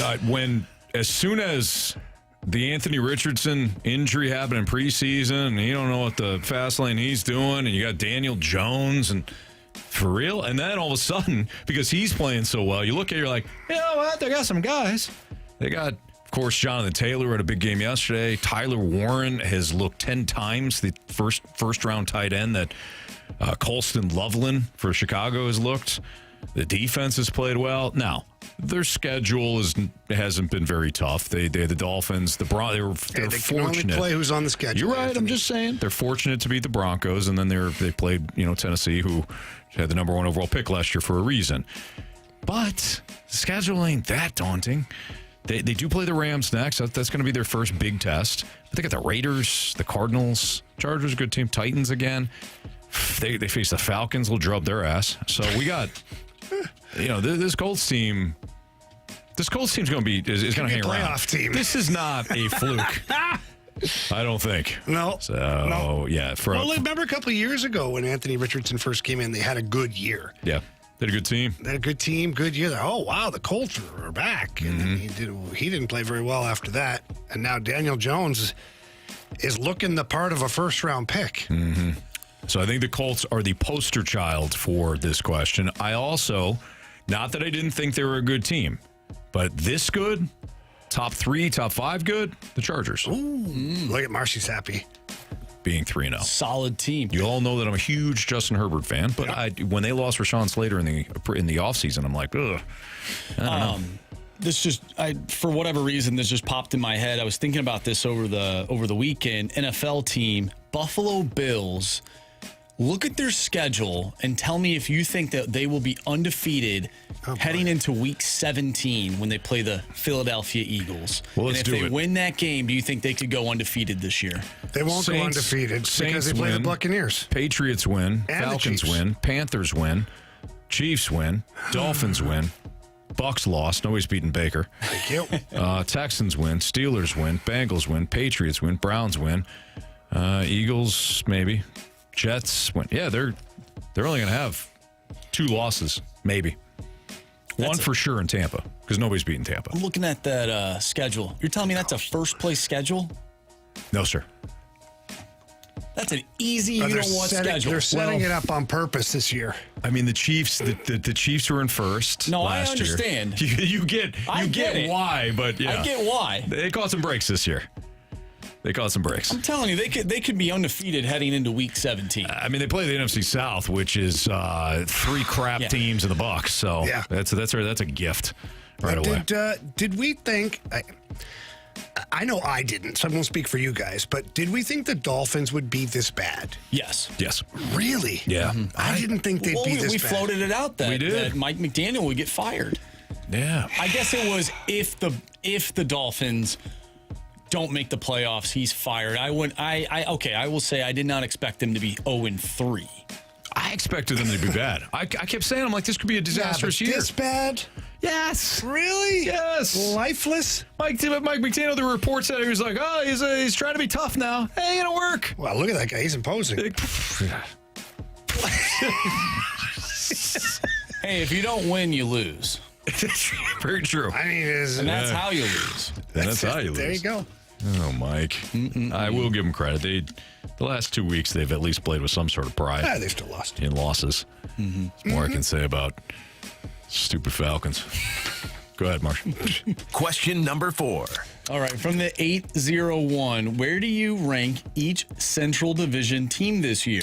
Blues look good, and other teams took a step back/forward this offseason. Tell them, Jamie. You thought that was a Cardinals question, didn't you? I did. I did. I was like, oh, man, who cares? I was like, poor Marsh. He still wouldn't believe. The Central Division is, it's unfair to every team that's in the Central Division except for probably the Chicago Blackhawks. It's unfair. You have the Avalanche, the Stars, the Winnipeg Jets. Those are 3 top-tier teams in the NHL. You have the Blues, who had a great surge at the end of last year and should only be better this year. The Utah Mammoth are going to be good this year. The Minnesota Wild are going to be good this year. The Nashville Predators might decide that they want to be good. What? They might. They certainly That's have. true. They decided that they wanted to be bad last year. Whatever reason, they stockpiled talent and got worse.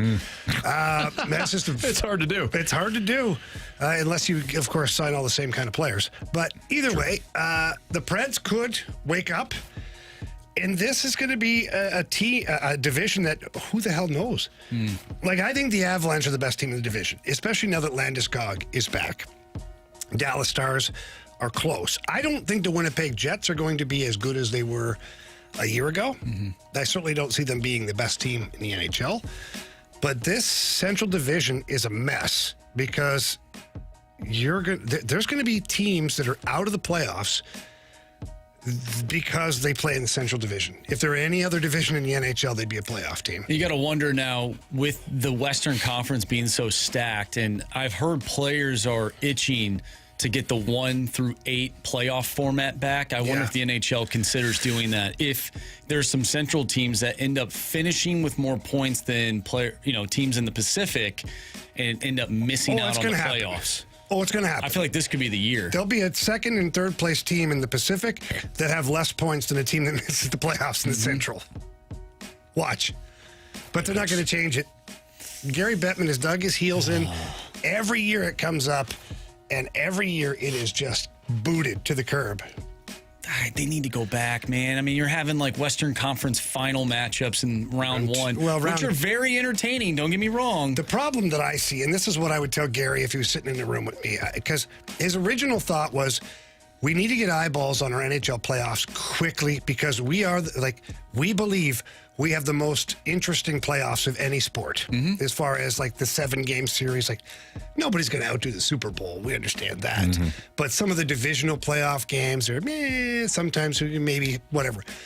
My argument to Gary would be, I know you want eyeballs on the product right away, but don't you want them on the product the entire way? You don't want the Carolina Hurricanes in the Eastern Conference final. No. You don't want a couple of sleeper teams that nobody even really knows about in there. You want your Colorado versus, Dallas, or Colorado versus Edmonton in your conference final. Like, you want some big teams in there. So you want your St. Louis Blues in that Western Conference final. I want them in the Stanley Cup final. I'm a little more optimistic. Oh my God.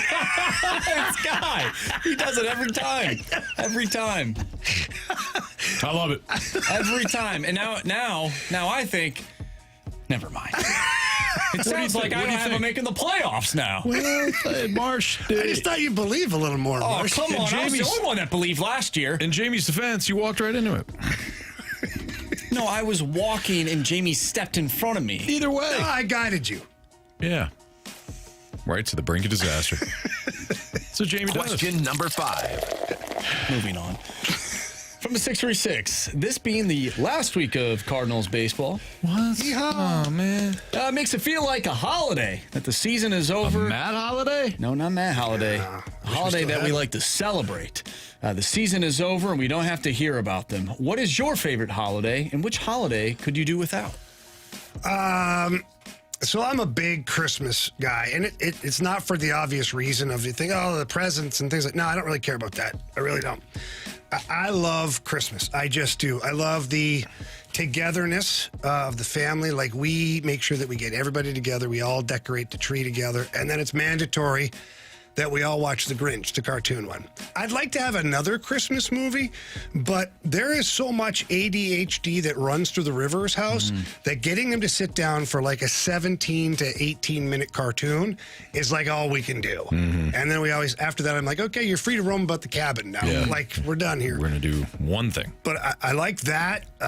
You know, and then obviously Christmas Eve we get together, Christmas Day. Like, it just, the holiday season for me is really not about the gifts. I don't even care about that. It's just being together and on multiple nights where you can, you know, you're looking for the Christmas movies. You see them. Netflix has all theirs out, or even on cable, they've got their lineup, or every night you can watch a different movie, you know? I don't know. To me, that's the one that I love, and I think it's probably obvious. I do love Halloween as well. I don't know if that's a holiday. Oh, absolutely. That's my favorite holiday. But is it a holiday? Because you don't miss work or school for Halloween. No, it is. It's a yeah, good point. It's a holiday. But it's a holiday. Yeah. Okay. Well, then that would be my second place. As far as the one that I could do without, I hate to say it. No, I'm not going to say it. I'm not. Is it in February? No, actually, I like that one. Oh. I love, Anthony, I love people. I'm sorry you don't? Man, I love every holiday. Yeah. I'm going to stay Hard out of not the to. holiday war, because the one that I have in my mind probably get me in some hot water. Yeah, don't you do it. I'm just not going to do it. Don't you do it. You know what, though? There's a lot of people that think that New Year's Eve is overrated. I love New Year's Eve. I do too. But New Year's Eve's great. when you get older and you have kids, you're not doing much. But there's But something. think of how much fun you have with the kids. There's something I love about fooling them by putting on like London 6 hours earlier. Yeah, the countdown, kids. Yeah, bedtime at 8 o'clock. Good night. Not a bad idea. I love New Year's. There's, even though it's just one day flipping to the next, there is something about a reset that I like. I love Christmas as well. Halloween is fun with the kids. The one that I love though is Thanksgiving. Same idea that Jamie illustrated with everybody being together. And I've talked about that weekend before. We are developing a tradition in our house where we've got Thanksgiving, and then the next day we put up the tree. Oh, cool. So we have the tree that sits in our family room, and then over the last couple of years, I've put up another tree for the kids, so they can do whatever they want. They got their own ornaments and stuff. Yeah. And that thing, like, it's half fallen over because they've overloaded one side, but it's like to see their faces is unbelievable when this tree comes up. We've always let the kids decorate the tree, and so like obviously Ashley and I've been together like 4 years now, and so that's blending families. Sure. So people do things differently, and Ashley's boys were so young before that they didn't really participate in the decorating of the tree, and so then we started doing it at our house. So now Ashley has her set of like her ornaments that she wants to, because she likes to have it look a certain way. And I don't blame her, because the tree looked fantastic last year. But then we do have the kids, and we just let them go. And they've got all sorts of ornaments from when they were kids, little things they made in art class. That's the same. Old plastic Absolutely. things. Yeah. And then if we don't like the look of it, like a day or two later, we just go and kind of move things around a little bit. I've been known to do that, just to kind of balance things out. Kind of balance a little bit. Get a little heavy. Great. Go in the kitchen, have some milk, cookies, and let me redo this. My favorite thing about these holidays that we're bringing up is that each one sort of has a different, like the food that you eat is different. Like Easter, it's a little bit different.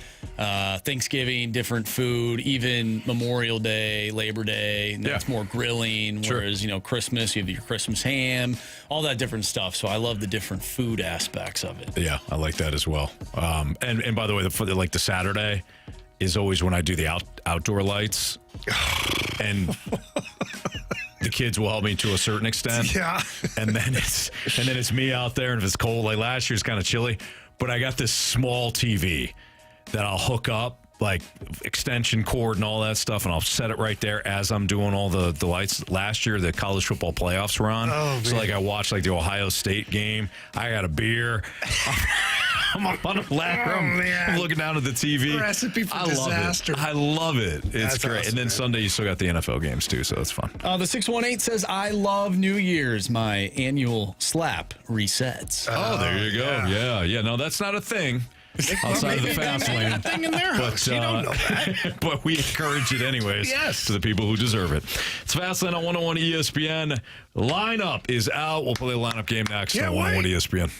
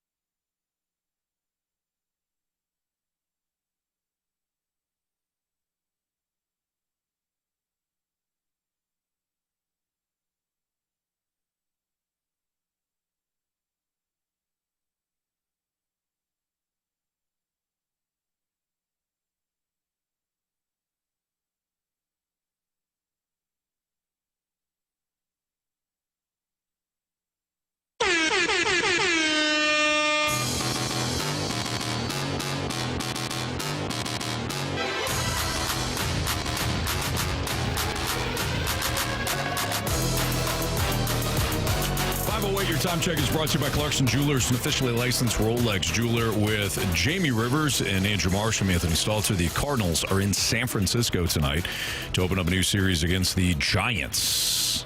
Justin Verlander, the right-hander, will go for the Giants. Michael McGreevy will go for the Cardinals. Maybe. Could be you. All right. Shall we start off with the one and only Brendan Donovan? Yeah. Show us, Brendan Donovan. Look at that guy.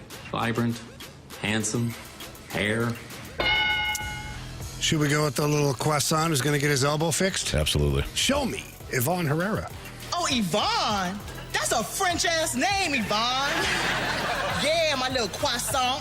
Little cheese on my croissant. Show us, Alec Burleson. I thought I told you I'm a star. You're already acting like you're a star, and we haven't even opened yet. Okay, so this now gets tricky because it was either Contreras or Arenado. But now, did we see the last game for Arenado or last home game? I would assume the last home game. Then if that's the case, this is where he's at. I didn't see anything about him not playing again.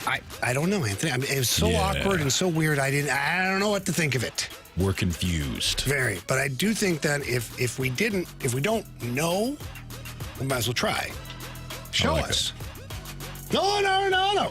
A lot of people think you get in your mid-30s and your career's over, but like I always say, until they stop scouting, I ain't going to stop playing. Okay, this has been the new territory. Go ahead. Marshy, would you please go ahead and show us Lars Taylor Tetsui Newbar? International superstar. Watch out, don't run into any walls or anything. Okay, this has been Sajasi. I don't see anybody else occupying this spot. Show us Thomas Sajasi. Richard, do I have a mark on my face? It really hurts. Nope, nothing. I thought I hit you on the shoulder. My shoulder doesn't hurt very much, but my face does. This would be either Pedro Pajes or Jordan Walker. I agree. I would lean Pajes. Okay. Good. You good with that? Yep. Marshy, would you kindly show us Pedro Pajes? Smithies, throw this in. All right. You're out. All right, Maybe. So this Walker. If we could take a beat here, let's make sure. So Donovan. I think this is Walker. Will be at second. Herrera DH. Burley first. Arenado third. The Newt is one of the outfield spots. The JC's at short. Catcher. Yeah, we need two. So we need two outfielders. So this would be Walker. I think it's Walker. And Scott. Then Scott. I agree. Show us Jordan Walker. Die for every ball. It's boring otherwise, plus it looks harder. The most important play in right field is what I like to call the janitor throw. Guaranteed out every time. I call it the janitor throw because it cleans up that are trying to take an extra base on you. Shall we go for the perfect game? Yep. Show us Victor Scott. Run, run, run as fast as you can. You can't catch me. I'm the gingerbread man. Nice job, Jamie. Yep. Good job. Cardinals aren't perfect, but we are. Sure. Go ahead, Marsh. All right, leading off, second baseman Brendan Donovan. Batting second, your DH, Yvonne Herrera. Batting third, first baseman Alec Burleson. Your cleanup hitter, third baseman Nolan Arenado. Batting fifth in left field is Lars Newbar. Batting sixth, that shortstop, Thomas Sajasi. Batting seventh in catching is Pedro Pajes. Batting eighth in right field, Jordan Walker. And batting ninth, your center fielder, Victor Scott, the second. Back. They fair! They fair! Go fair, go fair! I don't believe what I just saw! Home run. Okay. Jamie's still in the lead, Marsh. That's correct. Yeah, have you made up any ground? No. Ah, man. I got hot there for a second, and that was it. Give me Yvonne Herrera. Yeah, I don't blame you on that. I mean, come on. I keep going to Nude, but I don't know why. Oh boy. All right, give me give me Brendan Donovan. Nice. Let's go Donnybrook here. So Carey is going with Pozo. He's going off the bench, yeah. Bizench. He keeps trying. Even though I think Pozo might be third off the bench. Might go to Crooks first. Yeah, either way. And after a awkward Oh, storyline. An awkward exit at Busch Stadium. Nolan Arenado, pardon me. Nice. There you go. Will hit a home run tonight. Will he? No, he won't. Give me Alec Burleson. Oh, man. Oh, dang. Wow, that was a quick pivot, Marshy. He did him rotten. You really did. Forgot how deep that ballpark is. It is deep. Yep. All right. It's Fastlane on 101 ESPN. Well, the Cardinals are playing the Giants tonight. Some of you may be watching that. A lot of you will probably be watching Jamie's Detroit Lions take on the Baltimore Ravens. There's some key storylines to that game. We'll get into it next on 101 ESPN.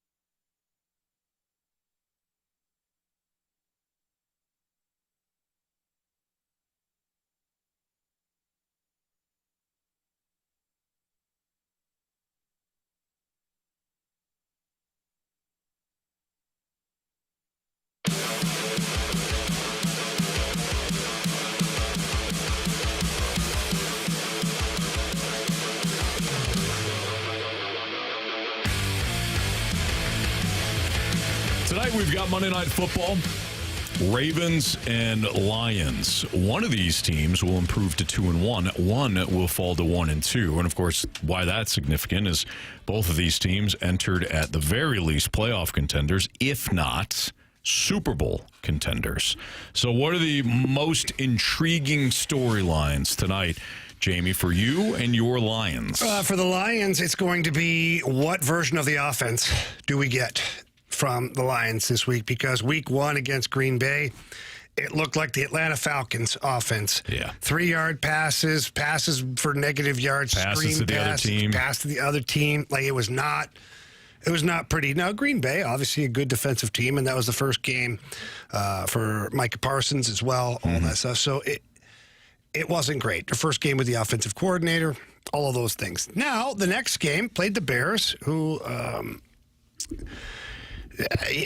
hung in there as long as they could, and then the Lions put a beating on them. Yeah. I mean, the offense looked back to what it was last year, again, against a Chicago Bears team. So, for me, what version of the offense do you get tonight against the Ravens? Because you're going to need the offense that you had against the Bears, because the Ravens, guess what? They're going to put points on the board. They are going to do that. You're going to have to make sure it's going to be a gunfight, where the old wild, wild west here, where it's going to go back and forth.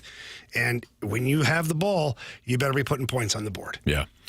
That's kind of that's the storyline that I'm looking forward to watching, because the Ravens have scored over 80 points the first 2 weeks. They did it against Buffalo, and Buffalo's defense, since that near loss to Baltimore, has played shutdown defense. Now, they face the Jets and they face the Dolphins, so you have to take that into account. But nonetheless, that Buffalo defense is going to be pretty good. When you play the Ravens, I'm always interested to see from a X's and O's standpoint or game plan standpoint, what do you look to take away?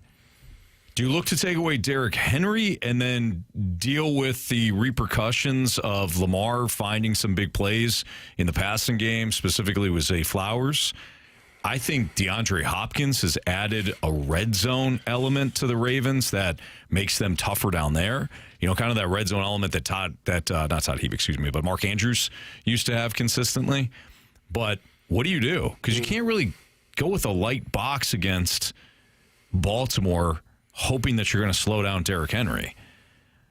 And can this defense be slow, or can this offense be slowed down? Well, and it's also going to come down to the Lions' defensive line too, specifically Hutchinson. Like, can he get pressures on Lamar? Mm-hmm. Can he get there in time to break up plays that they have that they're looking for? Like a Zay Flowers, if the pattern or the route is a little bit longer, can Hutchinson get there? Yeah. Can he disrupt? And if you disrupt your next layer, are you able to defend Lamar? Because if he takes off, right, he might as well be a running back once he gets going.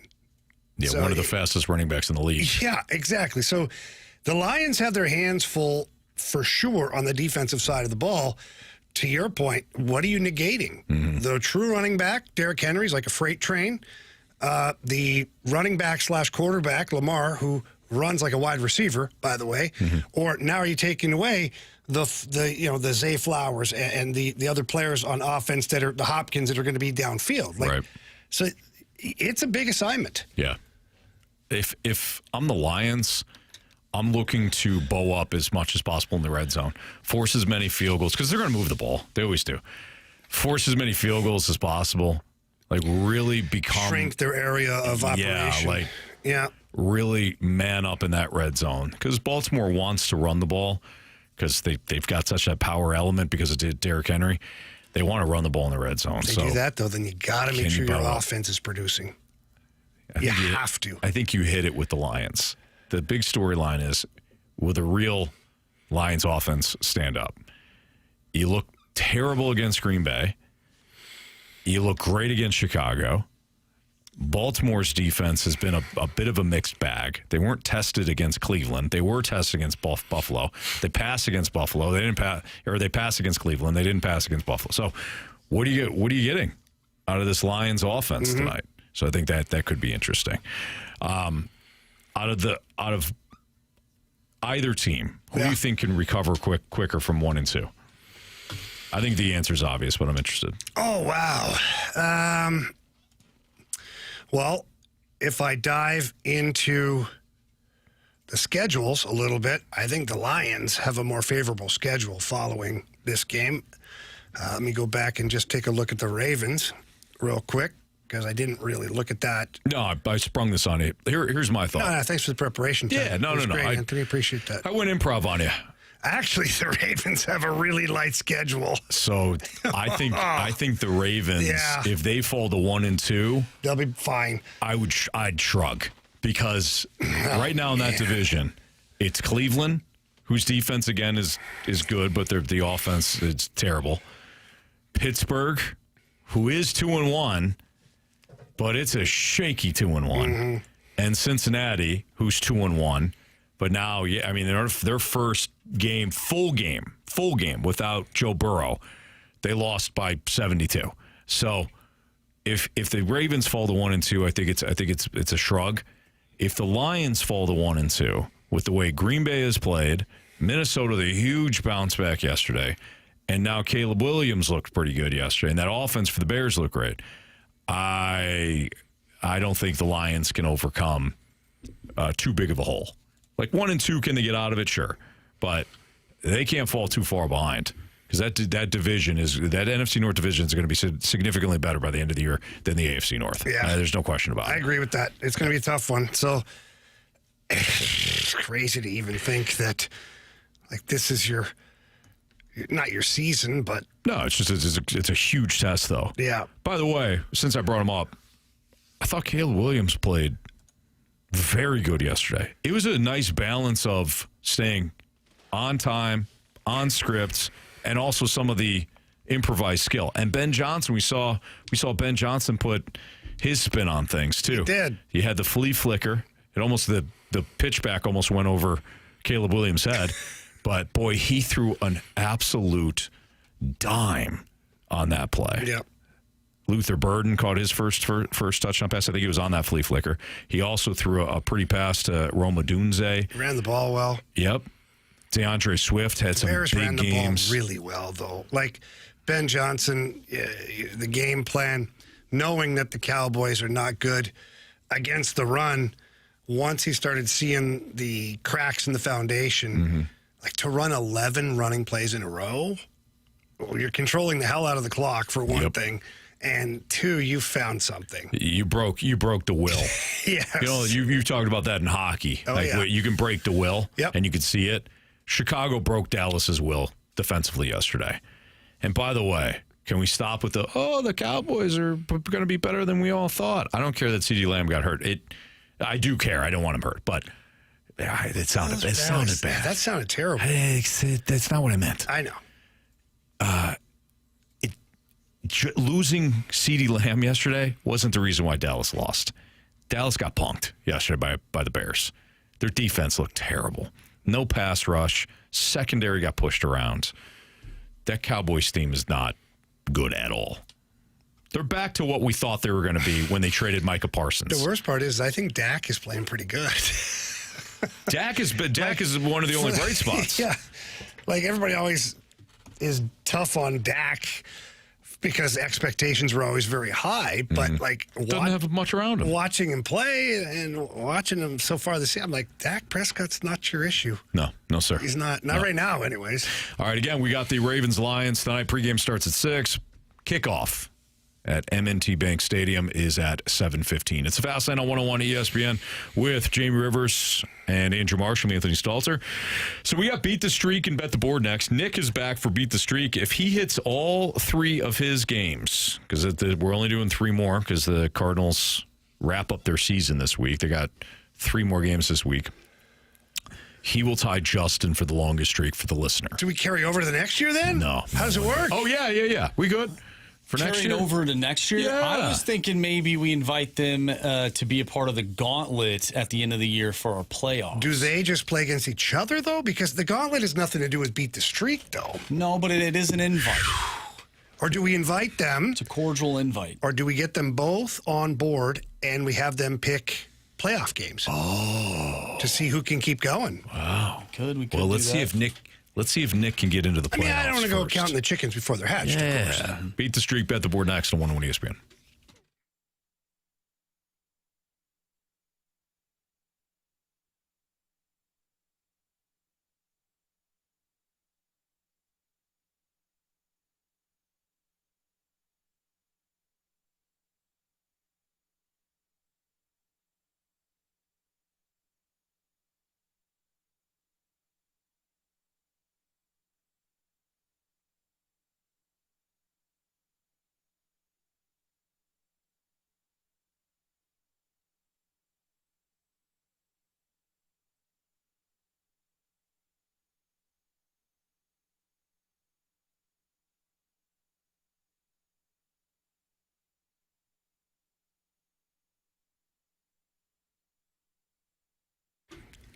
Anthony, our friends over at Mentality have been instrumental in our health and wellness. And it really is eye-opening to find out just how real low testosterone is. And they do a wonderful job at Mentality of taking a full blood panel. And then they show you, they educate you on testosterone levels and your free testosterone and what's important and where you should be in the green area, all this stuff. I felt super comfortable during the entire process. And now, now they're like family to us. We go in there all the time. The great staff, super friendly, always helpful. But again, for me, it was about the information and how they got that to me so that I could understand it. I love Mentality because the results are there. When you do something like this for yourself, when it comes to your health, you want to see the results. And that's what Mentality has done. I had a recent doctor appointment, blood work and everything. Make me, hey, keep whatever you're doing, keep it up. Well, one of the things I've been doing is Mentality. They concentrate on testosterone therapy that will up your free testosterone. It's something that doctors don't always look at, but the treatments fit your schedule. They do a great job of providing 2 locations, one in Chesterfield, one in South County. But the bottom line is the results are there. You're going to get your drive back, burn the belly fat, build the strength, boost your overall mood. I know, Jamie, that's something that you've talked about too. I know that's happened for me. So stop settling. Be the dad who keeps up. Be the partner who's present. Be the man that you want to be. Feel younger again. Have everything click for you. And visit Mentality. MentalityHealth.com/radio. Right now, you can book your appointment. Find a limited time offer as well. Tell them Jamie and Anthony sent you. It's Mentality.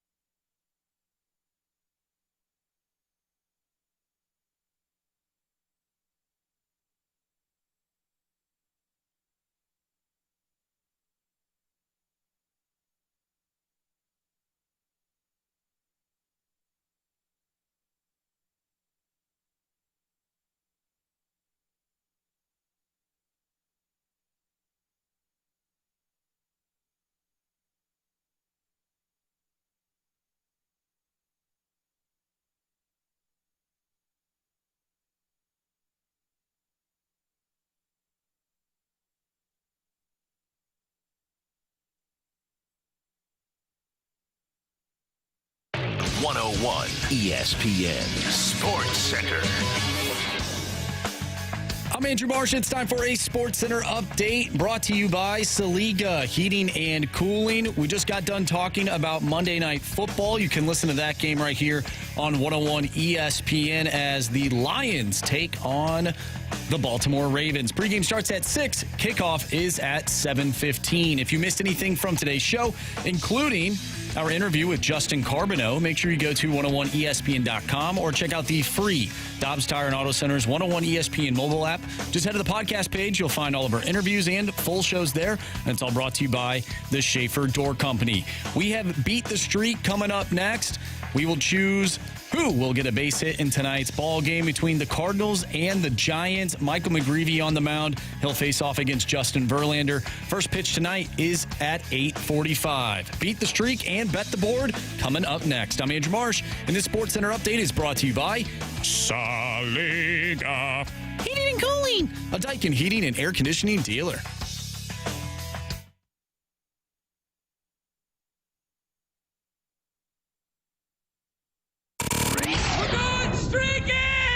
Hit baseballs. All of my successes depend on me. You're ready to hit. The hits just keep on coming. And his first big league hit is a bullet up the middle.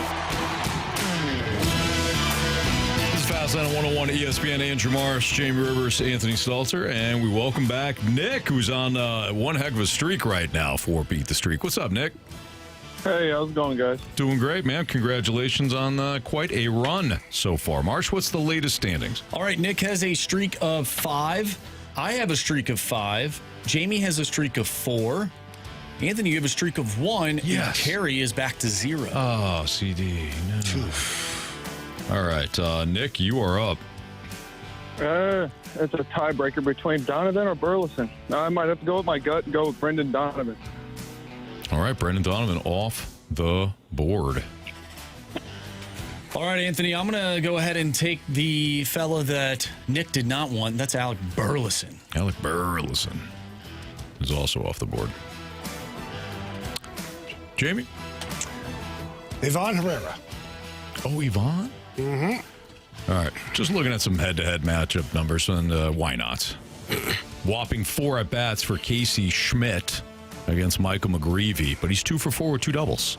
So he also has 2 strikeouts against him. So he's either going to whiff or he's going to double. Give me Casey Schmidt tonight against Michael McGreevy. And did Carey leave his pick? He did. I believe he's going with Rafael Devers. Oh, that's right. Yep, saw that. All right. Rafael Devers. You are correct, Marsha. Rafael Devers. Nick, good luck to you, man. Yeah, you too, guys. Have a good night. You too. Thank you. Thank you. From Beat the Streak to Bet the Board.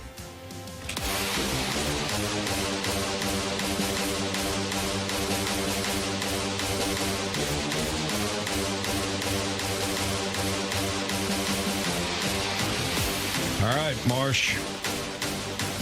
After the weekend action. Yeah. Where are we at? Or if you want to go over some of the weekend plays. Well, of course. Why don't we do that, Anthony? You had Seattle -7.5, and they rolled. They absolutely rolled. Carey had Pittsburgh, the Steelers, on the money line. So he ended up winning that. I had Bijan Robinson, 80-plus rushing yards. Unfortunately, he was 8 off of that. He had 72 in the beatdown. And Jamie went with golf. Matthias Schwab to win the Open de France. Had a feeling with old Schwaby there. Didn't work out. You had a hunch. He came in 72nd. Yeah, but it was closer than it looks. Yeah, I agree with that, Jamie. I wholeheartedly agree with that. So what are the standings then, Marsh? Well, Jamie, despite trying to let us back in, he's still in a commanding lead with 9 points. Anthony, you have 8. I have 7, and Carey has 6. All right. Well, I was going to bet the Cardinals game, but it looks like the Giants have a different pitcher going now. Logan Webb now starting for the Giants. And that went to -200 from -147. So as I bounce around, I'll give you the Cubs on the money line versus the Mets. What? -126. Oh, wait, that's tomorrow. tomorrow. We'll give it to you. No. Let's not do that. Oh, there we go. Yeah, never mind. I was on the wrong page.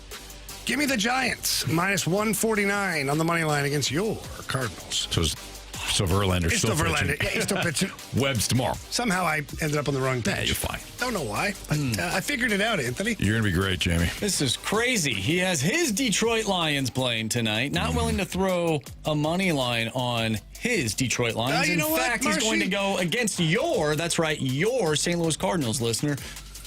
I think they understand. That's fair. I think they get it. If they don't, we can't help them. Yep. All right.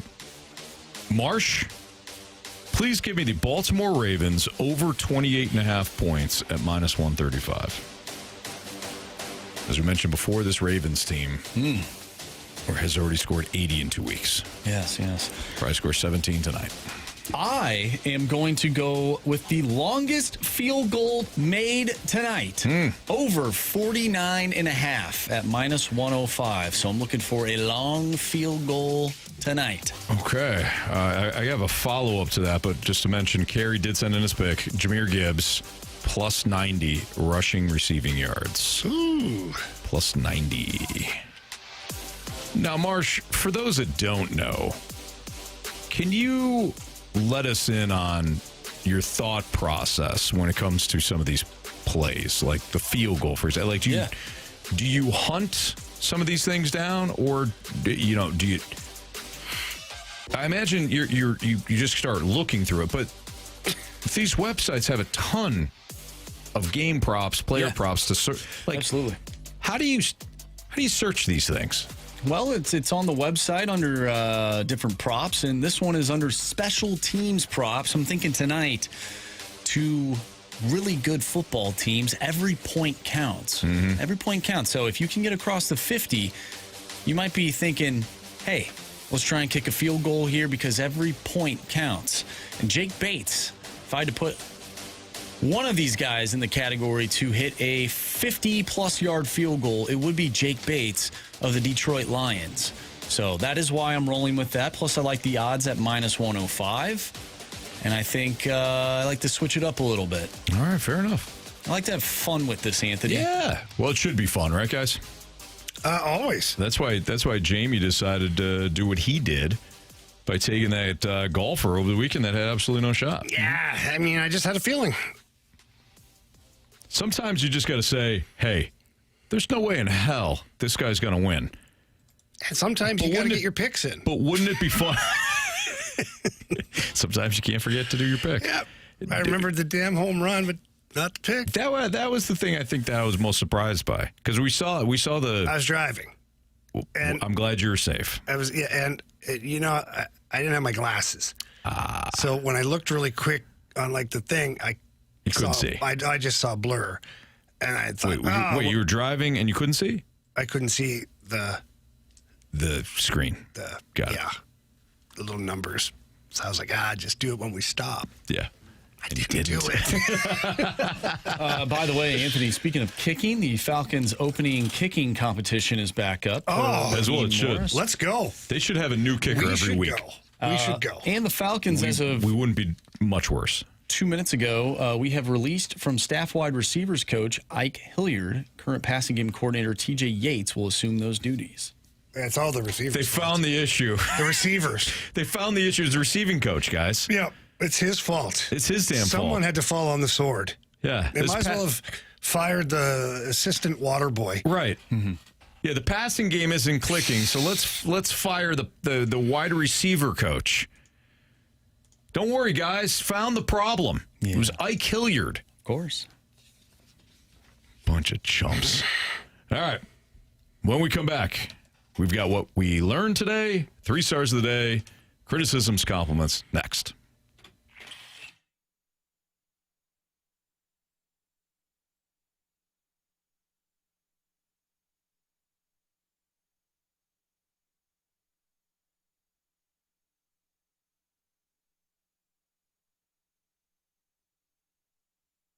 If you haven't gone out to Auto Centers Nissan Herculaneum, you got to make sure you head out there before September ends. They've got their winning drive sales event, which means Right now, you can take advantage of 0% APR for 60 months, 0 down, and no payments for 3 months on the 2025 Rogue, Pathfinder, and Murano, all built in the United States and backed by Nissan's top ranking in the latest J.D. Power Initial Quality Study. So we're talking about award-winning quality from day one, and the selection cannot be beat at Auto Centers. They've got over 1,000 vehicles in one massive location right off I-55 in Herculaneum, just minutes from South County.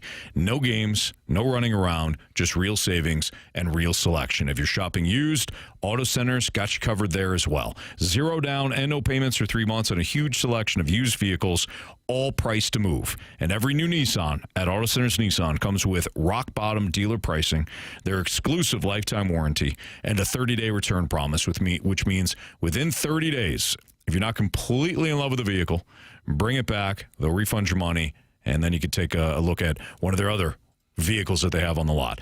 Get to Auto Centers Nissan in Herculaneum or visit them at autocentersnissan.com. When you do head out to Herculaneum, tell them Stalter sent you. It's Auto Centers Nissan.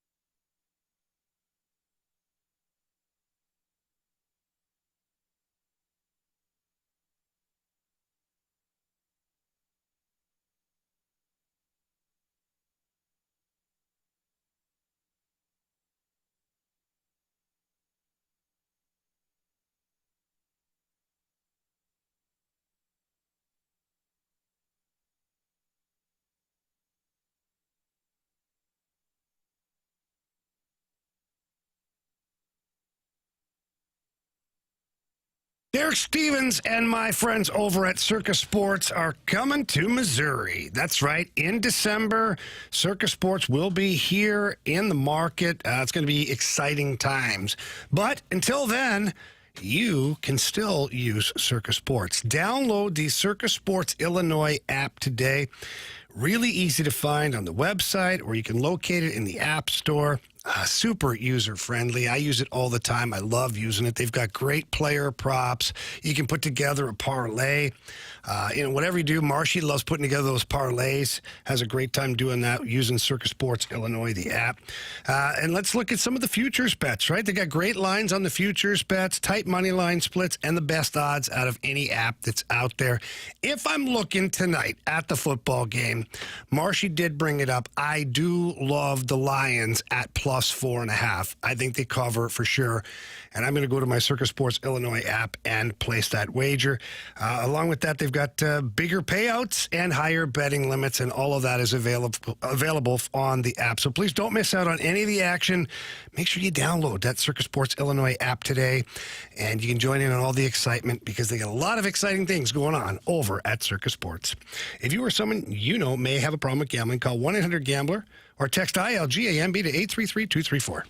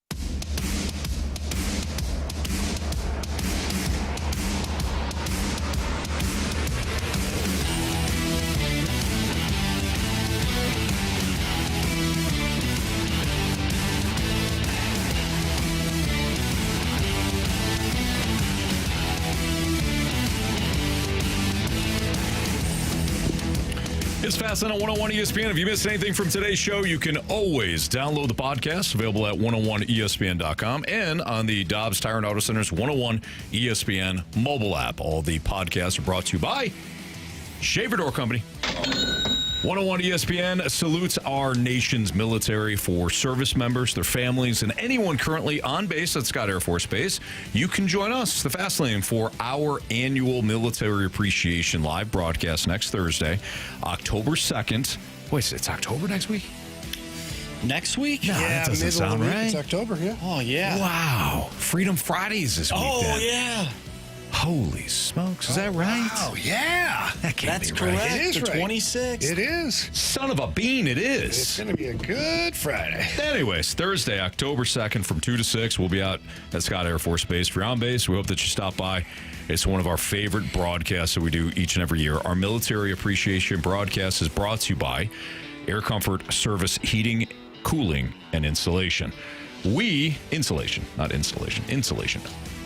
You can also join Jamie each week, the Fast Lane and the Rizzuto Show. We, of course, are battling out in the Pick'em Challenge, but sometimes we come together, watch a little football, and we're going to do it again this year. We've done it the last couple of years. You can join Jamie and Riz from the Rizzuto Show this Thursday from 6:30 to 8:30 at the Hot Shots on Lindbergh in South County. Hey, you'll be out Marsh and I's way. Yeah. Come watch. Ask Scott Rizzuto. What happened? What happened, man? Yeah. What happened? He's going to get punished here. Oh, poor guy. Come watch the Thursday night football game. Get signed up for some Point and 101 ESPN giveaways and enjoy a cold Bud Light. That's this Thursday, 6:30 to 8:30 with Jamie, Riz, and Bud Light at the Hot Shots on Lindbergh in South County. Marsh, what do you got for criticism? Actually, what did we ever learn first? Yeah, Marsh, what did you learn today? I learned that if you don't show up after your team takes a beating, people are going to let you know on the text line. Yeah, including T-Bone. Including T-Bone, absolutely. Not just our very own Carey Davis, but T-Bone from BK and Ferrario. Now, next month, I will be in Minnesota for the Vikings and Eagles game. Yeah, you will. There is a chance that the Eagles win that football game, and I will not be there on Monday. I'm just giving everybody a heads up. I have already taken the day off. So even if they lose, just know I'm putting the prerequisite. Already claiming defeat? No. See, this guy, that's another thing that I learned today. He likes to twist words. Even though, you know what, I didn't know that today. I've learned that a long time ago, but Jamie likes to twist your words. I'm just going off of information that you've given us. You. I don't get it. Fairness, Marsh, you did show up in a Falcons uniform. After the Falcons got lucky. Are you kidding me? After the Falcons got lucky, but he wore it. He wore it. He did. The thing that I learned today is that Jamie will always have your back. If you're about to say something a little controversial. Imagine that. How sideways do you have to go for that to happen? I looked at Jamie. Jamie kept the feet moving, and I appreciated it. We're not going there, buddy.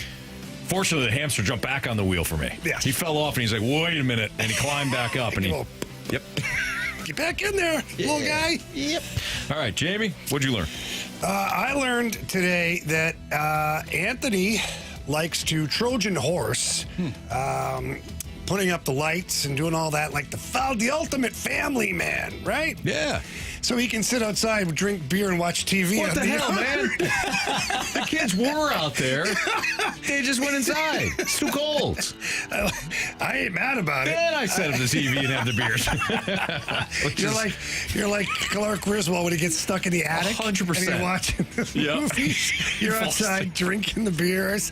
How those lights come along, Anthony? Oh, they're tough. There'll be some trouble. Snag. Couple of these plastic hooks broke. Tell Madeline just set on another beer for me, huh? All right, let's get to 3 stars of the day. It's time for the Fast Lane's 3 stars of the day. Presented by Circus Sports Illinois. Sports betting the way it should be. 3rd star of the day goes out to holidays. Holidays. Yes, we all love our holidays. Some of us don't like others. 2nd star of the day goes out to Clayton, who's our Gauntlet contestant. He texted in, "Rockin' Monday, fellas. Have a great rest of your night." And he also met you at the Blues and Brews, so that was really cool. I had the good fortune of meeting him and his dad. Awesome. Yeah, good and people. Our 1st star of the day goes out to Justin Carbonneau. Great interview. Yes. Good stuff, Justin. Appreciate him. Great young man.